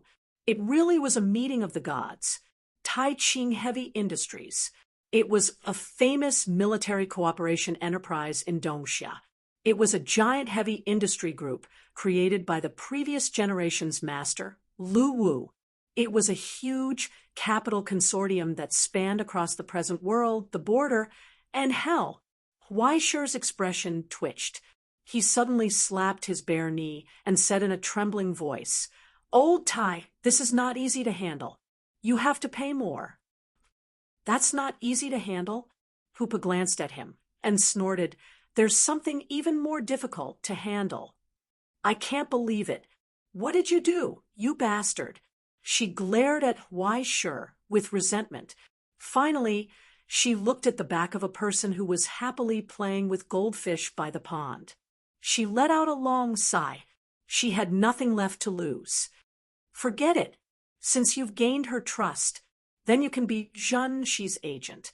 She said, I'm afraid she doesn't trust anyone here other than you. Huaisha's smile disappeared and gradually turned cold. I refuse. Don't worry. I'll give you the money and remuneration. I know what you're thinking, Hupa, but you better save it. Huaisha said coldly, She's just an ordinary person. You can't push her into this fire pit. Why sure, from the moment you saved her, she was already destined to be a thorn in other people's side. At least she's not mine. She shouldn't be yours either. She's your blood relative. Hoopa. She can't be the head of the family and can't even be your competitor. It's too easy to kill her. Hoopa retorted, it's not easy for her to stay alive. Huaisha frowned. What do you mean? Hoopa didn't say anything. It was as if she suddenly realized that she had made a mistake. She looked at Huaisha and was stunned, as if she couldn't believe it. So you really didn't do anything? Huaisha. She didn't know if that expression was of admiration or change of opinion. It was very unbelievable. She leaned closer and asked seriously, you guys didn't sleep? Stinky sister, don't treat me as a sex maniac. Huaisha was furious. All right, let's not talk about the gossip outside. For the time being, we'll just assume that you're an upright person. Hoopa sighed. If you've taken off her clothes, you'll know. Huaisha, she's a mixed breed. Huaisha's movements suddenly became sluggish. Bastard? He thought for a long time before he remembered that this was the name given to those with beastly characteristics. A part of the mutation phenomenon would only appear in newborns at the border that was too deep. But how could this have anything to do with a country girl like Zhen Shi? She didn't tell you, did she? Hoopa smoked irritably and said in a muffled voice, I'm afraid that only Jiaoshan knows about this. After all, it's a family scandal. Her father, my Uncle Qingping, was infected by the abyss. She was unlucky and won a prize. It was a passive inheritance, and she was sent to a remote border area from the moment she was born. If it wasn't for the patriarch's selection, I'm afraid she wouldn't have been able to come out from there. This is her only chance. Why sure? Have you seen how most mixed breeds live? Hoopa lowered his head and said softly, they aren't protected by the three great mysteries and have to endure the corrosion of the abyss in their bodies at all times. If they can't become a sublimator, then they'll die at the age of 50, 40, or even earlier because their origin form will collapse. But most people aren't that lucky. Before that, all kinds of complications will begin to torment them. Spondylitis, diabetes, lupus erythematosus, rheumatism, starting from the immune system, they'll be tormented. In the end, if they don't want to be dehydrated, they'll have to calculate every single grain of salt they eat 3 times. Most people can't take this kind of torture and commit suicide. How old is Zhen Shi now? Huaisha thought for a moment and said, 17. Then it'll be soon. Hoopa sighed softly. Once puberty ended, the pathological period would begin. From then on, it would be a long and painful downhill slope, all the way to hell. She doesn't have any other choice. Huaisha. Hoopa shook his head. She didn't come here for the free 10-day tour of the capital. No matter how stupid a person is, they know how dangerous this is. But if she wants a way out, she'll have to risk her life. Otherwise, the only thing that awaits her is a tragic death at the age of 30 or 40, just like that uncle of mine. If you ask me, that bastard shouldn't have had children in the first place. Hoopa stamped out the cigarette, but with his foot, his expression dark. It's fine if you're the only one suffering, but why do you have to implicate the next generation? In the silence, Huaisha suddenly said, I can send her to the ivory tower. Hoopa sneered. Like raising a pet. It's not easy to live in a sterile room. Huaisha, just as she was about to mock him, Huaisha raised his head and looked at her. His sharp senses picked up on what she didn't say. Is there a way for her to live? Hoopa's expression stiffened. It was hard for her to understand from the bottom of her heart why this bastard's sense of smell would be unreasonably sharp every time it involved a beautiful woman. After a long silence, she finally chose to tell him the family's secret. Have you heard of the legend of the 8 dogs in the South? Huaisha shook his head decisively. What's that? Hoopa couldn't help but roll her eyes. With your level of education, how did you become a teacher in the ivory tower? To put it simply, it's the legend of the Rhigian family's ancestors. It's said that at the most dangerous moment of the Rhigian family, a miracle called Yatsafusa descended from the sky and turned into a dog. It blessed 8 warriors and helped the head of the Rhigian family to successfully restore the country. She said, although most of it is just a rumor, the Yatsafusa itself is real. This was the true treasure of the Rhigian family, the most precious secret treasure, the stigmata relic, the glazed armor of Quetzal, Yatsafusa. In addition to inheriting the power of the stigmata of the 12 pharmacists' divine generals, it also had the indestructible defense of the Vajra region. Other than the indestructible glazed sword, it was also the guarantee that the family could continue to pass down the family's legacy. Without relying on the quota of the Astronomy Association, every 100 years, 8 people would be able to become ascendants without any repercussions. After explaining the full effects of the family's treasure, Hoopa promised, "Why sure, as long as I become the head, she will be the next generation of Yatsafusa warrior. Only by becoming an ascendant can the abyss erosion on her body be neutralized without any repercussions. This is the best way." Other than that, Huaishur asked directly, "You're the one who will gain more, right?" "Yes." Hoopa nodded. "To control the Rhigian family, I need someone with a clean background, someone who can be trusted to bear part of the responsibility for me. Is there anyone more suitable than Makoto?" Huaishur shook his head. "Are you so sure that she will cooperate with you? If she is so easily controlled, why won't she be affected by others? You're the one who brought her to me, aren't you?" Hoopa laughed softly. "Mystic Bird is right. The greatest opportunity lies with the first person to arrive. In fact, the original plan was not like this, but there was a prerequisite to consider who would appear in front of me first. According to Mystic Bird's suggestion, if it was the original, the final result would either be great fortune or great misfortune. There were no other options. But if it was you, the Rhigian family would still have a chance to be saved. I finally understand what he meant. Mystic Bird, a suggestion from the king of the pedigree, one could understand the weight of it, especially for someone like Mystic Bird, who became more and more sinister as he got older. He was a person who calculated 10 steps ahead of him and could make a 1,000-layer pancake when others went up a level. Huaishur could not find any reason to refute him. If it were anyone else, Huaishur might be afraid and jump over the wall to escape, afraid that he would be used as cannon fodder. But Mystic Bird was too lazy to play this game. That old man was extremely cautious. His style was so stable that there were no loopholes or shortcomings. His divination skills were even more frightening.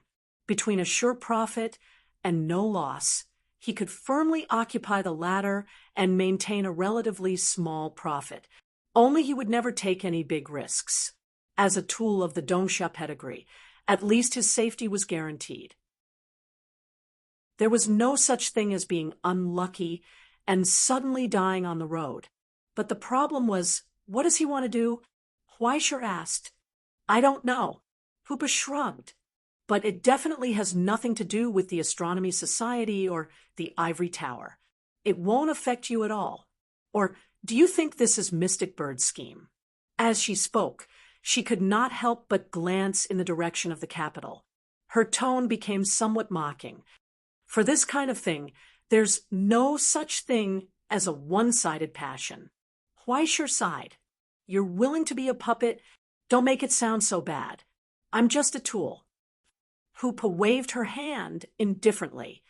"Isn't this what a warrior is like? What's the difference between being a tool of the emperor and a general and being a tool of the Dongsha pedigree? Moreover," she suddenly opened her mouth and asked, "if the Continuation Institute now sets Exine High as a lockdown area, what will you do? Huaishur? Refuse to carry it out?" Huaisher was silent. He had no answer. If the situation was serious enough to require the Continuation Institute to lock down the area, he was afraid there was no room for him to refuse. Isn't that right? The hair tail distributed by the Social Security Bureau every year is not that easy to eat. Huaisher, Hoopa crumpled the empty 7-star box into a ball and casually threw it into the trash can at the other end of the courtyard. She clapped her hands and looked at Zhenshi, who was beside the pond. She noticed their gazes and also looked over. In her hand was a plastic bag holding a goldfish that she had fished out from her pond. She was excitedly waving at Huaisher to show off the fruits of her labor. Hearing Huaisher's pain sigh, this time it was Hupo's turn to gloat. Go and have a good discussion with your next employer. Hoopa patted him on the shoulder and turned to leave. I'll leave the matters of life and death to you, Mr. Toole. A real beautiful girl just needs to sit there and wait for someone to deliver the fruits of her labor. Little Hoopa snorted happily and turned to leave. Did you see that, stinky little brother? This is the joy and victory of a rich woman. Chapter 6:23. Miss Heike-san? Sitting on a chair by the pond, Shinichi looked at her companion worriedly, unable to hide her uneasiness. She didn't know what she said to her cousin, but she fell silent after returning. She was expressionless, but her eyes became a little scary. No, it should be said that it just made Shinichi feel scared.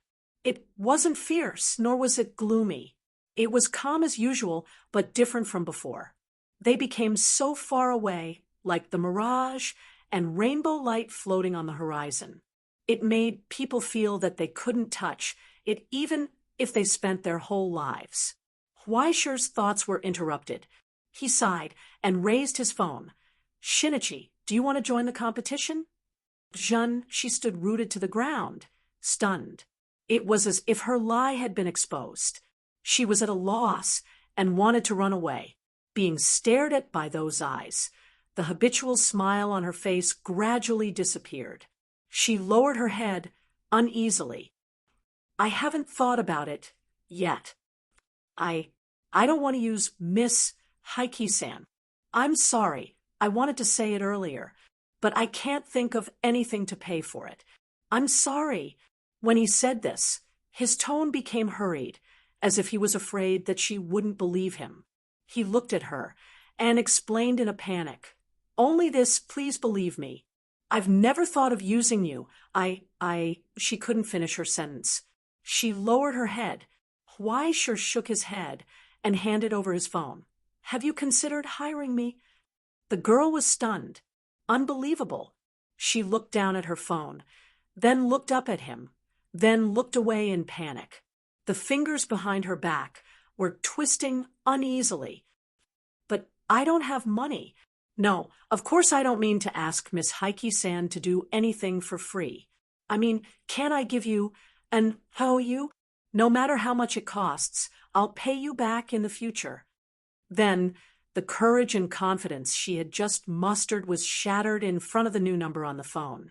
$70 million. Shinichi froze on the spot. 70 million USD?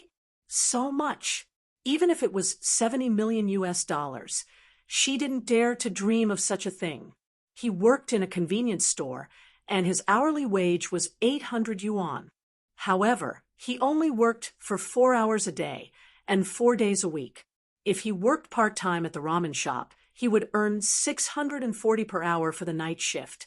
However, the head chef was a good person and gave him an extra commission. If he were to live frugally every month, he would be able to save about 30,000 yen. After graduating from university, he would look for a job. Then, in an instant, countless numbers flashed through his mind. In the end, he came to a cruel conclusion. As long as you don't eat, drink, or get sick, you'll be able to gather enough money in about 600 to 700 years. In an instant, he felt the pressure of life. The truth hope was badly damaged, and could not rise again. Seeing that her performance had finally come to an end, Huaisher shook his head and added, "Someone has already paid for you." Huh. Jeanne, she was in disbelief. "You don't have to ask about the specific process. Don't worry about it. I'll help you." Huaisher didn't want to let her imagination run wild, so he quickly typed, "There may be no hope for the position of the head of the family, but I will help you solve the problem in your body. However, there will be an extra charge of $1 million. In order to prevent her from treating this as a spring outing, Huaisher still had to give her a hard time. Otherwise, he felt that this girl would really become a salted fish at the speed of light and start to win without doing anything. Showing a hint of murderous intent, Miss Huaisher moved closer and raised her phone. "If you don't pay, you know what the consequences will be, right?" The dazed Jeanne, she stood rooted to the ground. After a long time, she finally came to her senses. She was in disbelief and didn't know what had happened. However, panic quickly emerged in her heart. Subconsciously, she shrank back a little. It was as if she wanted to hide herself. "Miss Huaisher, everything is clear." Huaisher sighed and looked at her exposed ankle under the hem of her bathrobe. There was a faint scar on it. It seemed that it had just healed and hadn't completely healed yet. When he pulled Junxi's hand and rolled up her sleeves, he saw layers of scars on it. The damage to the body was a unique sign in the early stages of beast transformation. Because of this overly sensitive resonance with the abyss, it led to the erosion of precipitation, and eventually the fragile body couldn't bear the changes of the source substance. Such a cracked scar formed between the skin and the muscle. This was the earliest origin and source of the name stigmata. This phenomenon had been appearing since the Middle Ages. Due to the influence of the subconscious, the wound may also form inexplicable and meaningless text shapes, but this didn't change the fact that the wound was a wound. At first, it was attributed to a revelation from God, and later it was regarded as a symbol of a contract with the devil. It wasn't until modern medicine that it was collectively called coagulation syndrome. This was the original sin that beast men or hybrids were born with. They were too far from heaven and too close to hell. They were destined to have no chance of miracles and could only embrace the end of disaster. It was this innate pain that made many beast men, at the border full of hatred for the current state and the current astronomy association, and constantly tried to resist. The foundation of Green Sun existed on this soil. For that group of people, waiting for the current state to show mercy was tantamount to waiting for death. It was better to join Green Sun for a way to live, even if it was a little easier before death. It was better than painfully lingering at death's door. She inexplicably recalled the old scholar she saw in Jinling when she was kidnapped by the rumors. That pair of bestial vertical pupils full of hatred and anger. This was the proof of their misfortune. Huaisher was silent for a long time before pulling down the sleeves of his bathrobe and letting go of her hand. It was hard to imagine the scars under the bathrobe, but it must have brought pain all the time, right? He was curious from the bottom of his heart. How did this guy grow up so carefree? It really wasn't easy for him to be so careless even now, like a silly dog. But even if he was a silly dog, he still had to keep moving forward, shamelessly struggling, shamelessly living, stubbornly holding on to luck and a glimmer of hope, just like how he used to be. Huaisher sighed, raised his hand, and pressed on her hair.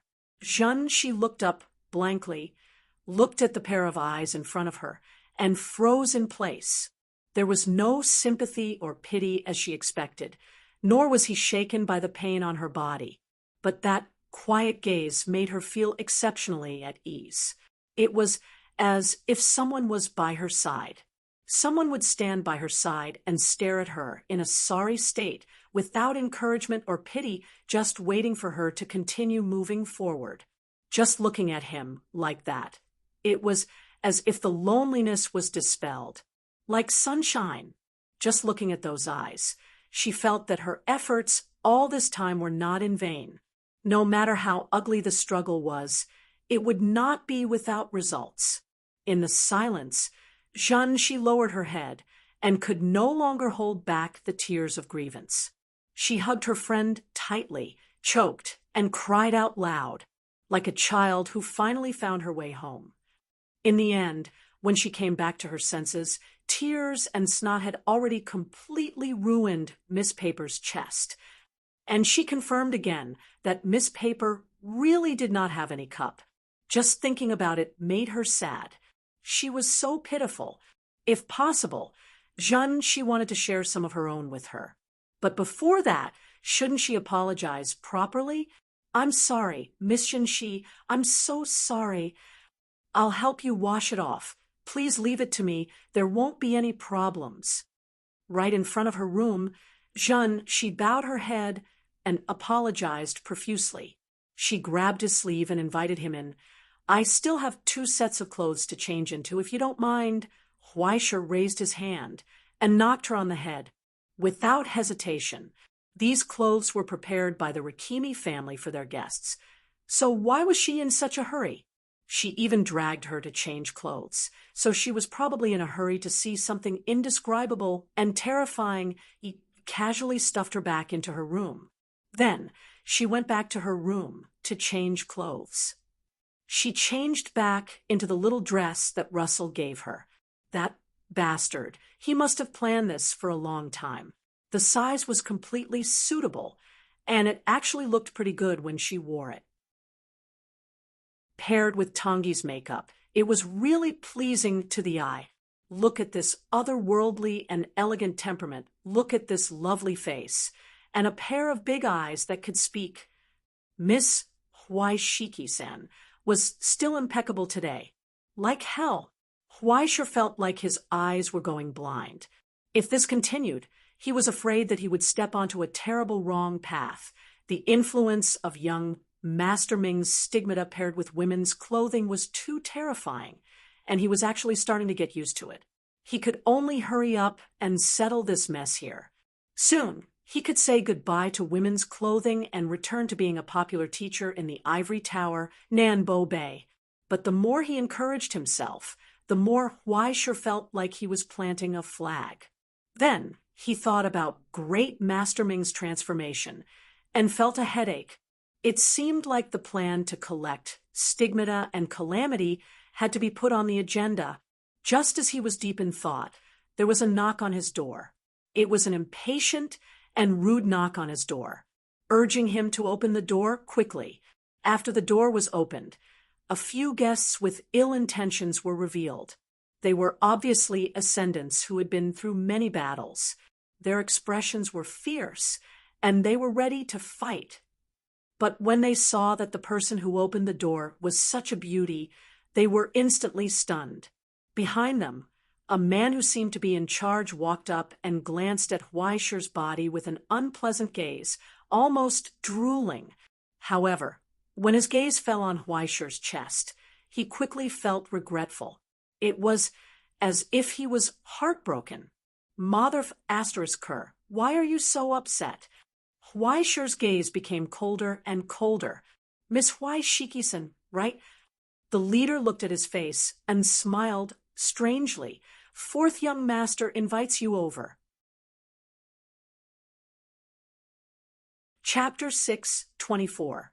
So, was it because of the internal strife of the Rygian family? Huaisher couldn't help but want to roll his eyes, and was about to close the door. He was too lazy to pay attention to them. He didn't believe that if he, the guest of the Rygian family, didn't go, these people would dare to fight here.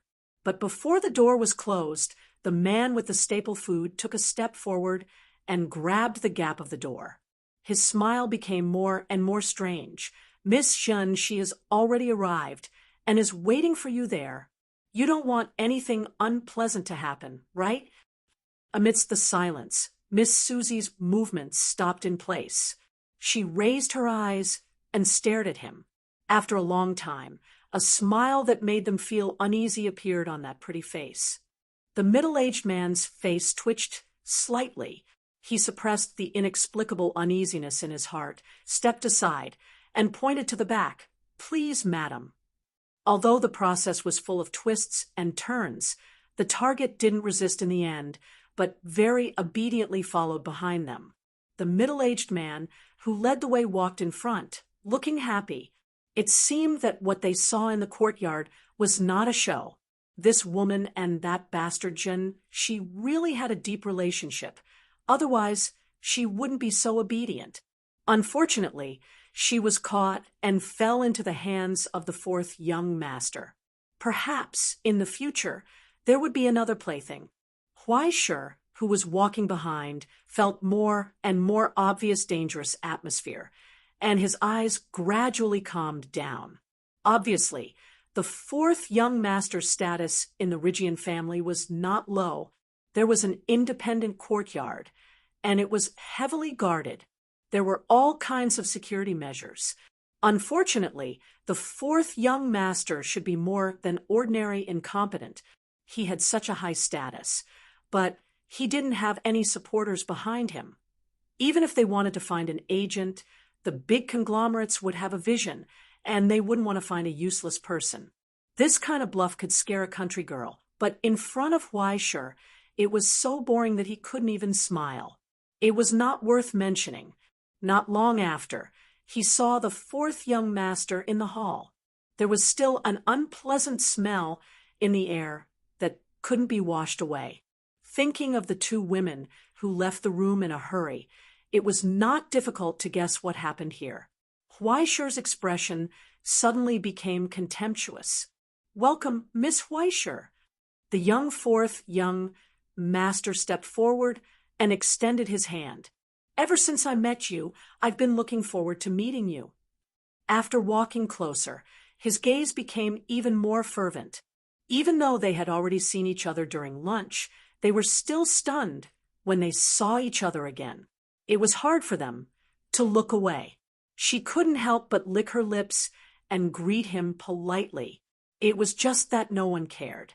Huaishur looked around and didn't see Shin's shadow. He frowned. The fourth young master's expression stiffened, and he slowly withdrew his hand. The middle-aged man from before walked to his side and whispered something to him. He suddenly understood. "I'm sorry. It seems that in order to let you come, the servants had to tell a little lie, but I promise, as long as our meeting this time is smooth enough, nothing unpleasant will happen." His threatening words did not work. Huaishur rolled his eyes. Feeling bored, he turned around to leave. But behind him, the door was shut. A few ascendants blocked the door.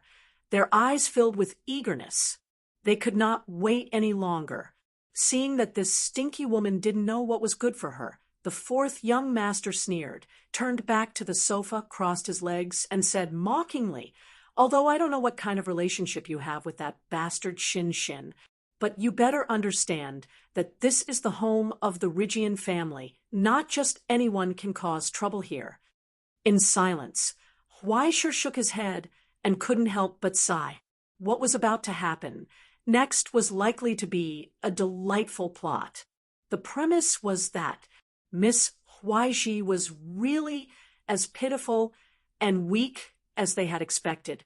To be honest, I'm not in a good mood right now because of some reasons. And now it's even worse. Huaishur reached out his hand, took out a cigarette from his pocket, tilted his head, and lit it. The low and hoarse voice made everyone stunned. They looked at Miss Huaishur's beautiful face in astonishment. Unbelievable. They couldn't understand what had happened. Then, as the rising smoke dissipated in the air, the face revealed a malicious smile without any warmth. "I have a rough idea of what you want to do. To be honest, I can understand the curiosity of adolescent boys about the body of the opposite sex. Since you can't wait, let's start." Miss Huaishur's hands fell down and pinched the hem of her pure white dress. Smiling, she lifted it inch by inch. Do you want to know what's under a girl's dress? Following Miss Huaisher's movements, under the pure white dress, there were threads of sticky darkness flowing out. They spread, and quickly expanded, turning into a billowing ink-like darkness. In the dead silence, there was the sound of a flood riot. The darkness surged, flowing on the ground, and rose up with screams. From within, countless scarlet eyes slowly opened, looking at the mortal world with greedy eyes. They were excitedly flapping their wings, waiting impatiently for the banquet to begin. Their thirsty eyes were full of greed.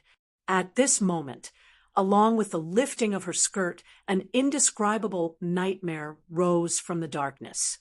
Along with the tragic cries, it revealed its disgusting and terrifying silhouette, trampling on all the ignorant souls who dared to look directly at it, tormenting the reason and spirit of every pitiful creature endlessly. The time had come for the stars to return. A great existence rose from the eternal darkness. Since then, it was an endless time of despair. After an unknown amount of time, the darkness slowly dissipated. The door opened again. The pure and lovely Miss Huaisher walked out from behind the door with light steps. She took the cigarette from the corner of her mouth and casually threw it on the ground. "Thank you for your hospitality." In the room behind her, there were only a dozen empty shells left. Their dull eyes stared at the speckless and moldless ceiling without any spirit. Only the meaningless breathing continued, along with the last remnant of his soul. He was immersed in the endless pain of the nightmare. One thing was certain. They had fully understood what they wanted to know. If there was a next life, they would probably never be curious about what was under a girl's dress. Such a big thing couldn't be hidden from others, especially when Huaisher didn't hide anything when he went in and out. He didn't even hide anything when the Rigian family asked. In the evening, the old warrior Inu Jiang knelt on the other side of the quiet room. He stared at the calm Huaisher opposite him and the restless Zhen, she beside him. His expression was without any warmth. After thinking for a long time, he finally opened his mouth and said, "This old man already knows the details. Ping Xian, that trash, was in the wrong first. Lady Huai, she showed mercy and spared his life. This is already an act of benevolence. Naturally, we can't ask for too much. If it was in normal times, they might have some complaints. But at such a critical time, it was unwise to offend an unknown ascender, especially when the Rigian family did such a shameful thing to a guest first. It would be fine if they could suppress it, but now that they couldn't, the Rigian family's last bit of dignity would be rubbed on the ground. Why bother? The older you are, the more timid you are. When people get older, they become more cautious because they know that their energy isn't as good as before. They know that they have more important goals to achieve. Without enough benefits, they don't want to easily offend others. Although when it was time to offend, this group of people would offend others more thoroughly than anyone else. They would definitely make sure that the other party would never be able to make a comeback. But since they couldn't do anything to the other party, and now wasn't the time, they could only seek a good ending. Inu Jiang glanced behind him. The burly warrior stood up, carrying a box forward. He knelt beside Huaisher and placed the box in front of Huaisher. After the box was opened, the light from the origin crystal illuminated his eyes. It was worth a lot. "This is a small gift from the Rigian family to thank you for saving Miss Zhenxi, as well as compensation for you. Please don't take it to heart." Inu Jiang bowed down and apologized without any reservation. Facing a person who wasn't even a quarter or a fifth of his age, he did enough etiquette. Huaisher didn't move and continued to look at him, waiting for the second half of his sentence. Inu Jiang looked up and spoke solemnly. "It is indeed a troubled time for the Rigian family, so we can no longer entertain guests. Please forgive us." "He's trying to chase him away." Huaishir took out his phone and was about to speak when he heard the voice of the girl next to him. Although uneasy, he forced himself to calm down. "It's Zhenshi, Grandpa Inu Jiang. She won't leave." She looked up and spoke to the old man who once controlled her fate. "Because I want to participate in the official selection for the patriarch position. I will hire Miss Huaiji as my representative to compete in my place." In the silence, Inu Jiang didn't say anything, but he couldn't help but sigh. Sure enough, it's not that simple. Through the attitude between the two of them, he already understood what happened, and vaguely guessed the worst possible outcome. "Miss Zhenshi, the patriarch selection isn't as simple as you think." "I know," Zhenshi replied.